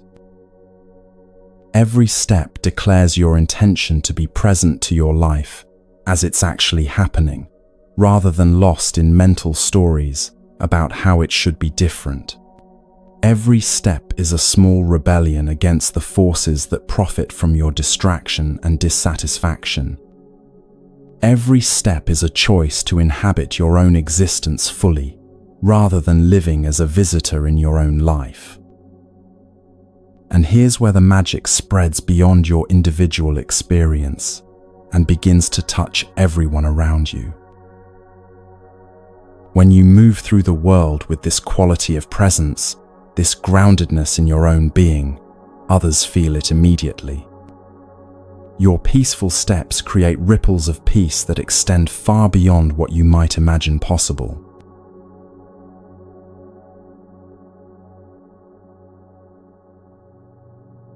There's something extraordinary that happens when you consistently practice coming home to yourself. It doesn't stay contained within the boundaries of your individual experience. Like a stone dropped into still water, the peace you cultivate within yourself creates ripples that extend far beyond what you might imagine possible. Your inner transformation becomes a gift to everyone who encounters you, often in ways so subtle they might not even notice consciously. The Buddha understood this principle deeply. He taught that individual awakening is never just individual. it naturally contributes to the awakening of all beings. This isn't just spiritual poetry, it's something you can observe directly in your daily relationships and interactions. When you're anxious and scattered, the people around you tend to become anxious and scattered. When you're rushed and impatient, others feel pressured to hurry. When you're lost in worry about the future or regret about the past, the people you're with feel your absence even when you're physically present. Your inner state broadcasts itself constantly, influencing the emotional atmosphere of every space you enter. But the opposite is equally true and far more powerful. When you're genuinely at peace with yourself, when you've learned to be comfortable in your own presence, when you carry that inner sanctuary with you, wherever you go, others feel this immediately. Your groundedness becomes an invitation for them to find their own ground. Your peace gives them permission to relax, to breathe, to simply be themselves without performance or pretense. This happens not because you're trying to influence anyone or fix anyone or teach anyone anything. It happens naturally, the way a warm fire radiates heat to everyone nearby without effort or intention. When you've found your inner home, you become a sanctuary for others, not because you're taking responsibility for their emotional state, but because your presence demonstrates that peace is possible. Think about the people in your life who have this quality. There are probably one or two individuals who, when you're with them, you feel more relaxed, more yourself, more at ease than usual. They're not necessarily the most entertaining or impressive people you know, but there's something about their presence that feels safe, accepting, genuine.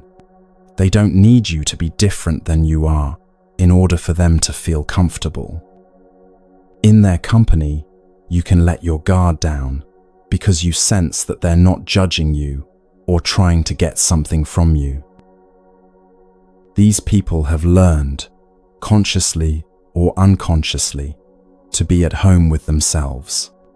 They've developed the capacity to be present without agenda, to listen without immediately trying to solve, to love without grasping.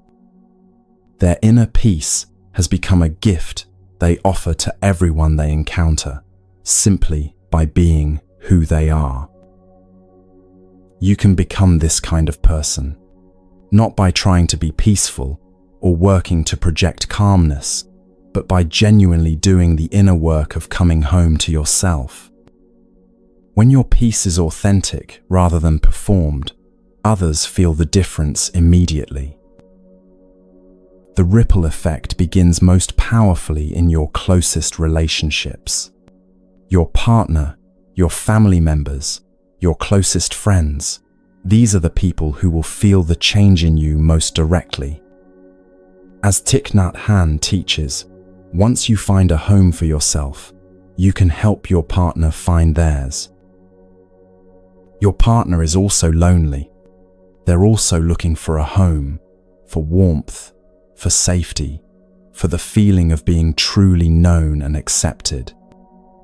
But perhaps they, like most people, have been seeking this externally, looking to you, or to achievements, or to distractions, to provide what they can only provide for themselves. When you've established your own inner sanctuary, something fundamental changes in how you relate to your partner's seeking, their struggles, their emotional needs. Instead of feeling responsible for fixing their problems or making them happy, you can simply be present with them as they navigate their own journey home to themselves.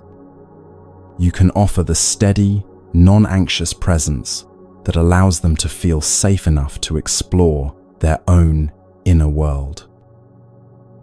Since you have a home within yourself, you're in a position to help them find their home too, not by telling them what to do or trying to manage their emotional life, but by consistently demonstrating what it looks like to be grounded in your own being. You're confident because you know how to connect with yourself, how to find peace in the midst of difficulty, how to be okay, regardless of external circumstances. That confidence, which is really just the natural result of being at home with yourself, naturally inspires others to develop the same capacity. They see that it's possible to remain calm in situations that used to create anxiety. They witness someone choosing presence over reactivity, breath over worry, acceptance over resistance. Your example becomes more powerful than any advice you could give. They can find temporary refuge in your stability while they learn to build their own. This is very different from becoming dependent on you for their emotional well-being. When you're truly grounded in yourself, you naturally encourage others toward their own independence rather than creating codependency. You offer support without enabling, love without controlling, presence without absorbing their emotions as your own. This creates what Thich Nhat Hanh calls a collective home. There's your home, your individual relationship with your own presence, your own breath, your own capacity for inner peace. There's their home, their growing ability to find stability and comfort within themselves. And then there's the home you create together, the sacred space that emerges when two people who are each grounded in their own being choose to share their lives. This collective home becomes the foundation for everything else in your relationship. Conflicts become opportunities for deeper understanding rather than battles to be won. Differences become sources of richness rather than threats to be defended against.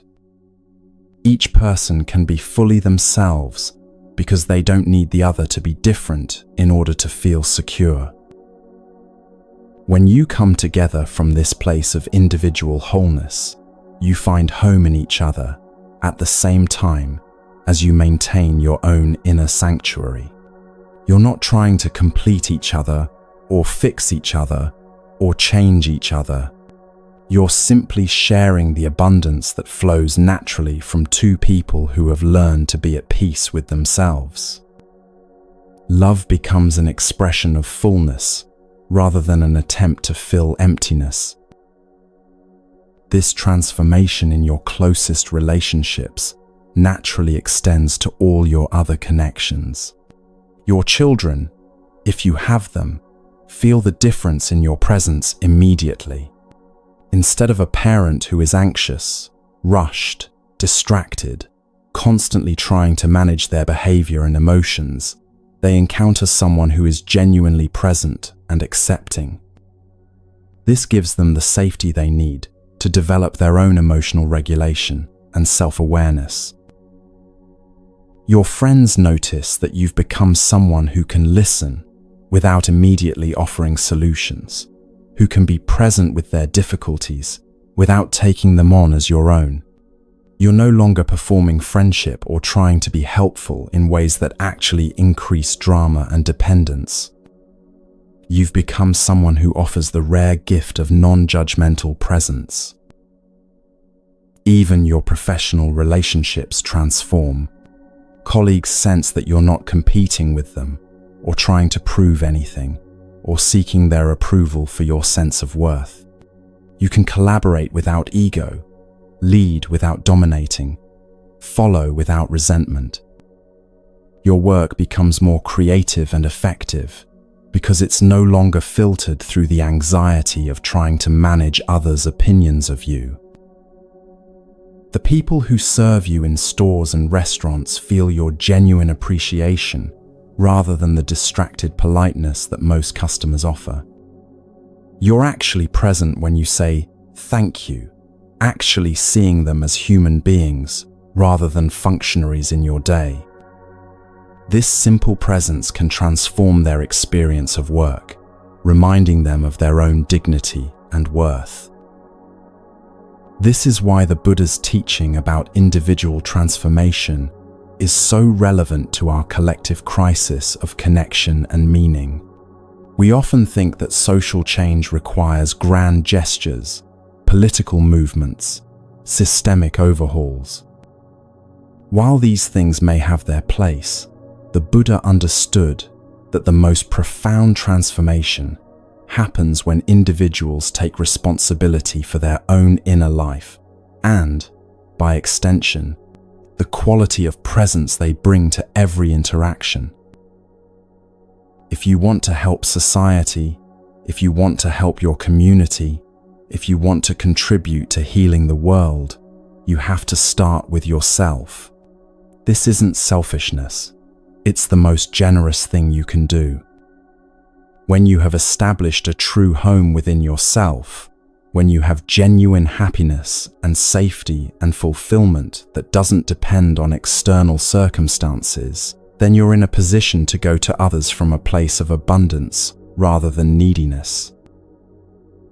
Your peace becomes a love letter to the world.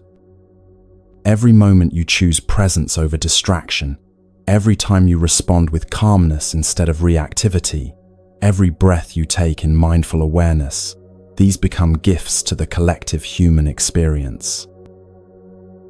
You're demonstrating that peace is possible, that happiness doesn't require having everything go your way, that human beings can learn to be at home in their own existence. This is the way prescribed by the Buddha for healing our individual and collective suffering. Everything begins with yourself. Not because you're more important than others, but because you're the only person you can actually transform. You can't force others to find peace, but you can become so peaceful yourself that your very presence reminds them of their own capacity for tranquility. The ripples of this transformation extend in ways you may never fully know. Someone observes your patience in a difficult situation and remembers that they too can choose how to respond rather than simply react. A child witnesses your kindness to a stranger and learns that this is how humans can treat each other. A colleague notices your ability to remain calm under pressure and begins to question their own habits of stress and urgency. You become living proof that the alternatives to anxiety, anger, and disconnection are not just possible, but practical. In a world that often feels chaotic and overwhelming, your groundedness becomes an anchor point for others.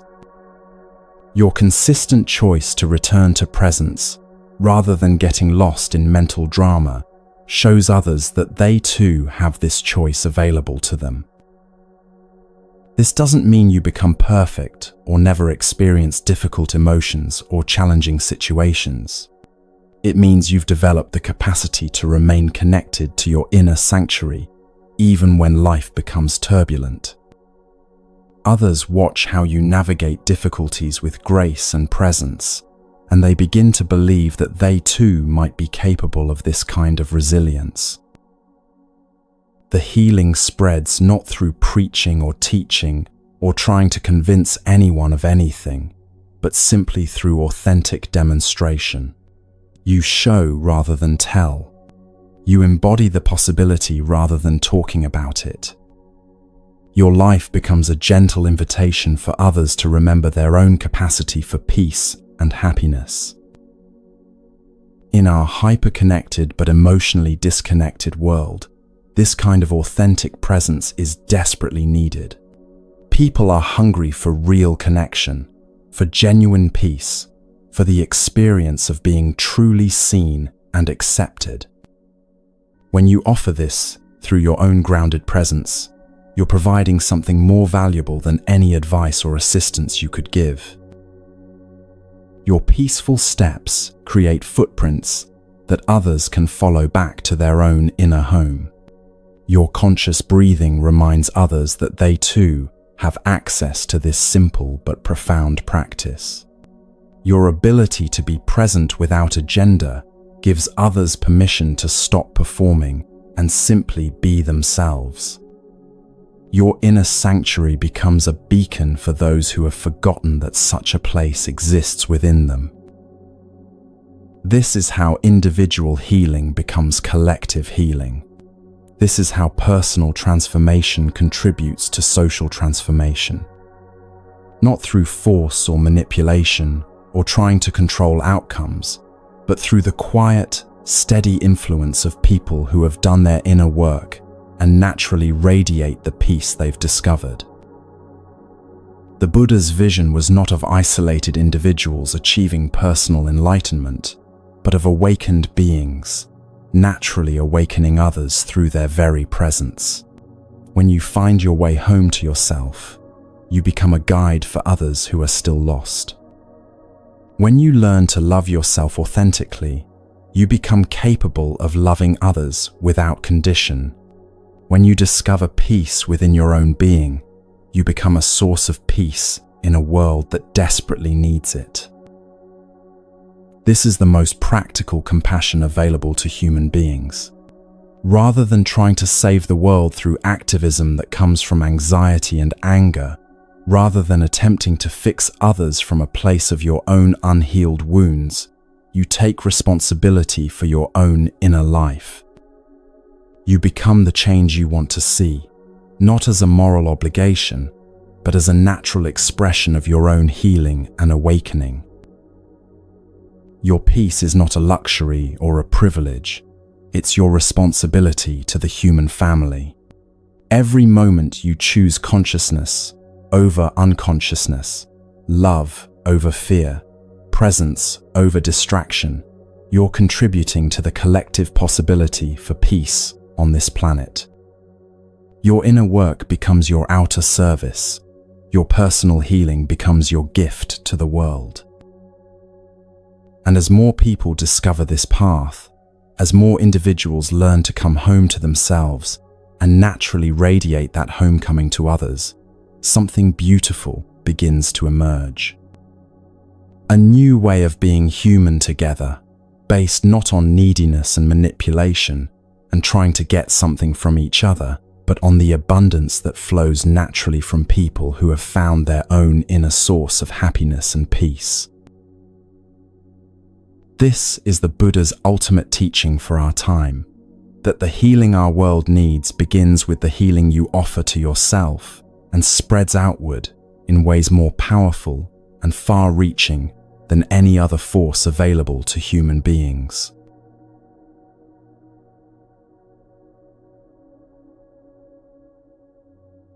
Here's something that might completely transform how you see your loneliness. What if that ache you've been trying to escape, that emptiness you've been trying to fill, that restless seeking that has driven you from one connection to another, what if it has actually been your wisest teacher all along? What if your loneliness isn't a problem to be solved, but a compass pointing you toward the most important journey of your life, the journey home to yourself? This radical reframe changes everything. Instead of seeing loneliness as evidence that something is wrong with you, you begin to recognize it as evidence that something in you is still awake, still seeking, still remembering that there's a deeper way to live than the surface-level connections our culture offers. Your loneliness has intelligence. It knows the difference between real nourishment and empty calories, between authentic connection and digital simulation, between being truly seen and simply being observed. When you feel lonely in a crowded room full of social media, friends, that loneliness is giving you accurate information about the quality of connection available there. When you scroll through your phone for hours and feel emptier afterward, your loneliness is teaching you something important about what actually feeds your spirit and what merely distracts you from your hunger. When you have a conversation that stays entirely on the surface and feel unsatisfied despite the social interaction, your loneliness is pointing you toward your deeper need for authentic intimacy. The discomfort of loneliness has been trying to get your attention, to wake you up from the trance of believing that more external connections will solve an internal problem. It's been serving as a faithful messenger, delivering the same message over and over. This way doesn't lead home. What you're seeking can't be found outside yourself. Turn around and look within. But we've been taught to see loneliness as the enemy, something to be avoided, escaped, medicated, distracted from at all costs. We've learned to fear the very feeling that might be our greatest teacher, our most reliable guide back to ourselves. No wonder we feel lost. We've been running away from our own internal compass. Think about your journey with loneliness over the years. How it first appeared perhaps in childhood, when you felt different from others or struggled to fit in.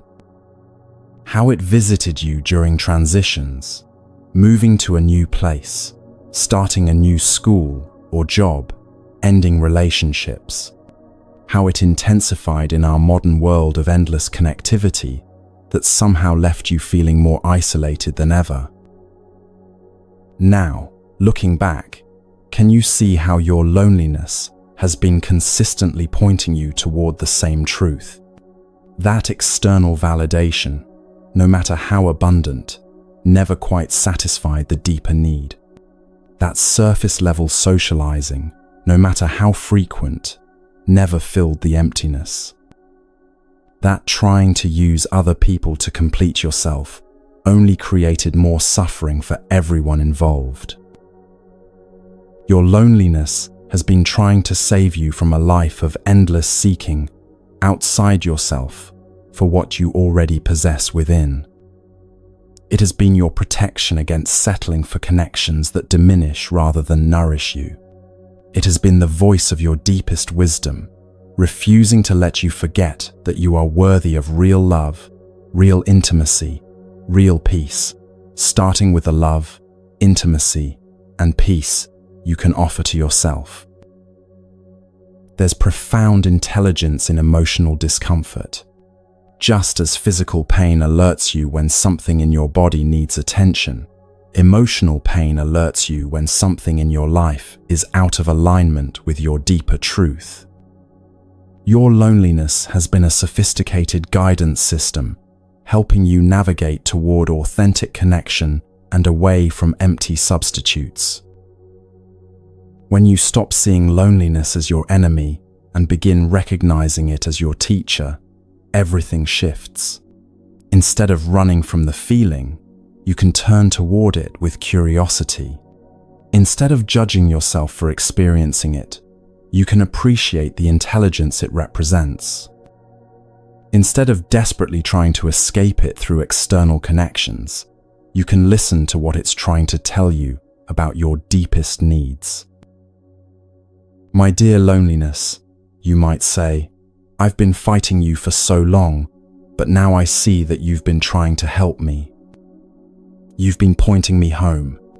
Thank you for not giving up on me, even when I was running in the wrong direction. This gratitude isn't just spiritual bypassing or positive thinking. It's recognizing the actual function that loneliness has served in your life. Without it, you might have settled for a lifetime of superficial connections that never challenged you to grow deeper. Without it, you might have continued seeking outside yourself indefinitely, never discovering the treasure that was always within you. Your loneliness has been preparing you for this moment, the moment when you finally stop running and turn toward home. All those nights of scrolling through your phone feeling empty, all those gatherings where you felt invisible in a crowd, all those relationships that left you feeling more alone than when you were actually alone, they were all part of your education in what real connection is and isn't. You can be grateful for this journey, even the painful parts, because it has led you here, to this understanding that home was never a place you needed to find, or a person you needed to meet, or an achievement you needed to unlock. Home was always here, waiting patiently for your return. breathing quietly in your chest, available with your very next conscious breath. Christmas and the holiday seasons offer particularly powerful opportunities to practice this homecoming. These are times when loneliness often intensifies, when the gap between how we think we should feel and how we actually feel becomes most apparent. Family gatherings can trigger old patterns of seeking approval and acceptance from others. Social expectations can amplify the feeling that everyone else has something you're missing. But Christmas, as Thich Nhat Hanh teaches, is a time when you have to practice going home. Not home to your childhood house or home to the family that may or may not understand you, but home to yourself. Home to the peace that doesn't depend on whether others appreciate you. Home to the love that doesn't require external validation. Home to the sanctuary that exists within you regardless of the chaos or joy or complicated dynamics around you. During the holidays, you can practice being present with your family members without needing them to be different than they are. You can offer genuine love without expecting it to be returned in the exact form you prefer. You can participate in traditions and celebrations while remaining grounded in your own inner peace, rather than dependent on the event going perfectly. The gift you become when you stop running from yourself extends far beyond any present you could buy or wrap. When you've learned to be truly at home with yourself, you become someone who can be present with others' loneliness without trying to fix it or take it on as your own. You become someone who can sit with difficulty without making it worse through anxiety or false cheerfulness. Your own journey through loneliness and back to yourself makes you a sanctuary for others who are still wandering. Not because you have answers or advice to give, but because your presence demonstrates that it's possible to find peace within yourself. You become living proof that human beings can learn to be comfortable in their own company, content with their own existence. This is perhaps the greatest gift you can offer during holiday gatherings or any other time, the gift of someone who doesn't need anything from others in order to be okay. Someone who can love without grasping, listen without agenda, be present without performing. Your inner stability becomes a source of peace for everyone who encounters you. Children especially feel this quality in adults who have found their way home to themselves. They sense immediately the difference between adults who are anxious and needy and those who are genuinely at peace. Your own inner work becomes a gift to the next generation, showing them through your example that it's possible to be human without constant suffering, to be alive without constant seeking. The practice that the Buddha offered 2,500 years ago becomes especially relevant during times of celebration and gathering. Every breath, every step, every moment of sitting, every act, like drinking tea with family, preparing food together, even washing dishes after a holiday meal, when done in mindfulness, helps you to go home and to enjoy the wonders of life around you and within you. Your body is a wonder, and so are the bodies of your loved ones gathered around you. The food you share, the laughter that arises naturally, the simple miracle of human beings choosing to spend time together, these are all wonders worthy of your full attention and appreciation. But you can only truly receive these gifts when you're present, when you've come home to yourself enough to be available for genuine connection with others. The hills, the clear streams of water, the winter sky, the lights that people string up to brighten the darkest time of year, these all have the power to heal when you're present enough to receive them. But that presence has to begin with presence to yourself, with the willingness to be here, in your own life, in your own body, in your own experience exactly as it is. This is why your loneliness has been such a perfect teacher. It refused to let you settle for less than authentic presence. It kept pointing you toward the real thing, even when you were convinced the real thing didn't exist. It maintained its signal even when you were doing everything possible to tune it out. Now that you understand its message, you can receive loneliness differently when it arises. Instead of emergency or crisis, it becomes invitation. Instead of evidence of your inadequacy, it becomes evidence of your wisdom. Instead of something to escape, it becomes something to investigate with gentle curiosity. What is this loneliness trying to show me right now? What am I seeking outside myself that I could provide within? How can I come home to myself in this moment? The transformation from seeing loneliness as enemy to seeing it as teacher represents one of the most profound shifts in understanding available to human beings. It means that nothing in your experience has been wasted, nothing has been wrong, nothing has been a mistake. Even your suffering has been intelligent, has been serving your ultimate awakening to your own inherent wholeness. You can trust your loneliness now because you understand what it's really pointing toward. Not toward neediness or desperation or proof that you're fundamentally lacking something, but toward the magnificent possibility of becoming someone who is truly at home in their own existence, who can love without attachment, who can be alone without loneliness, because they've discovered the difference between solitude and isolation. The Buddha understood this when he offered his beautiful teaching about being a lamp unto yourself. He wasn't encouraging isolation or self-reliance in the modern sense. He was pointing toward the same truth your loneliness has been pointing toward, that the light you seek in others already exists within you, that the home you seek in relationships already exists in your own being. Be a lamp unto yourself, he said. Work out your salvation with diligence. Not because you're alone in the universe, but because you're never alone when you're truly present to your own existence.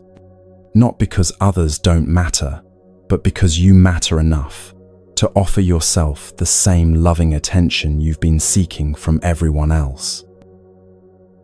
This is the gift your loneliness has been trying to give you all along, the recognition of your own inherent worth, your own capacity for peace, your own ability to be the source of the love and acceptance you've been seeking everywhere else.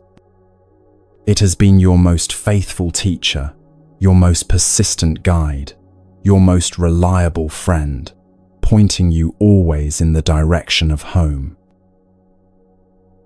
And now, having received this teaching, having learned to come home to yourself, you become a gift to everyone whose life you touch. Your journey through loneliness and back to yourself becomes a path that others can follow. Your peace becomes an invitation for others to find their own peace. Your homecoming becomes a beacon for all who are still wandering, still seeking, still believing they need to find outside themselves what can only be found within. Thank you, loneliness, for never giving up on leading us home.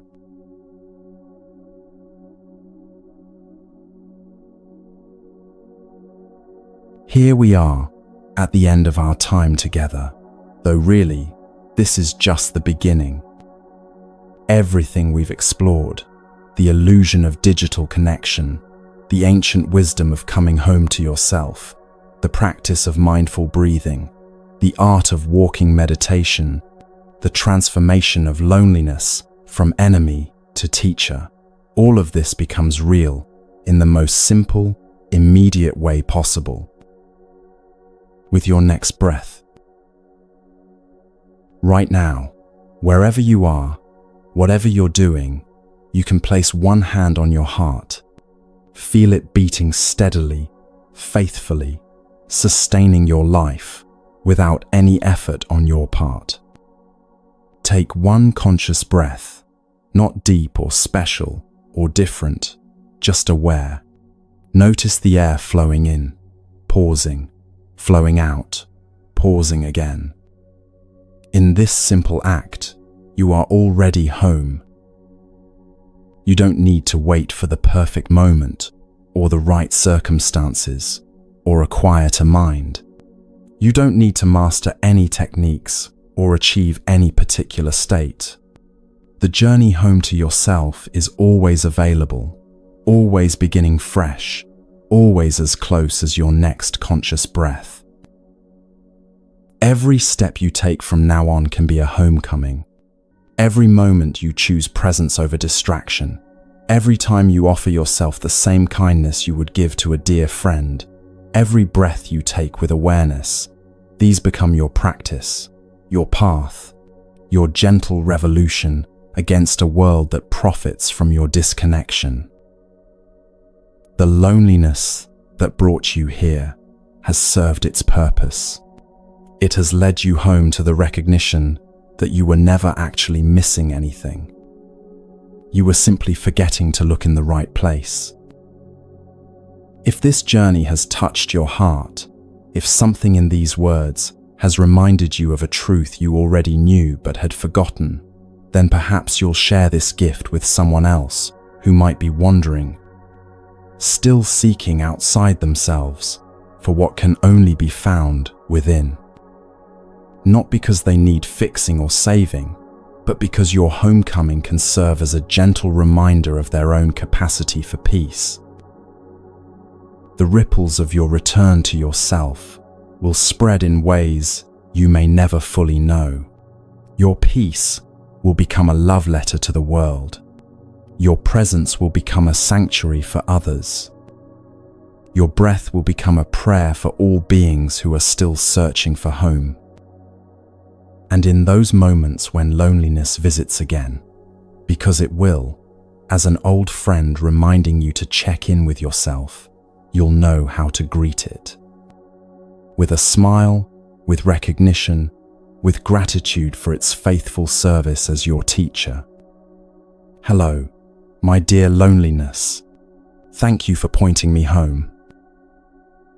The Buddha's ancient wisdom lives on in your willingness to come home to yourself.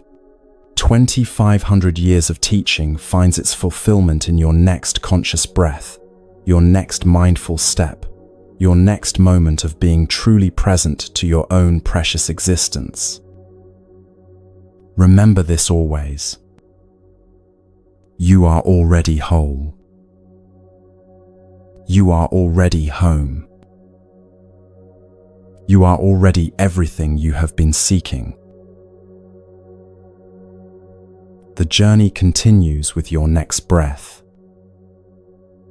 Welcome home.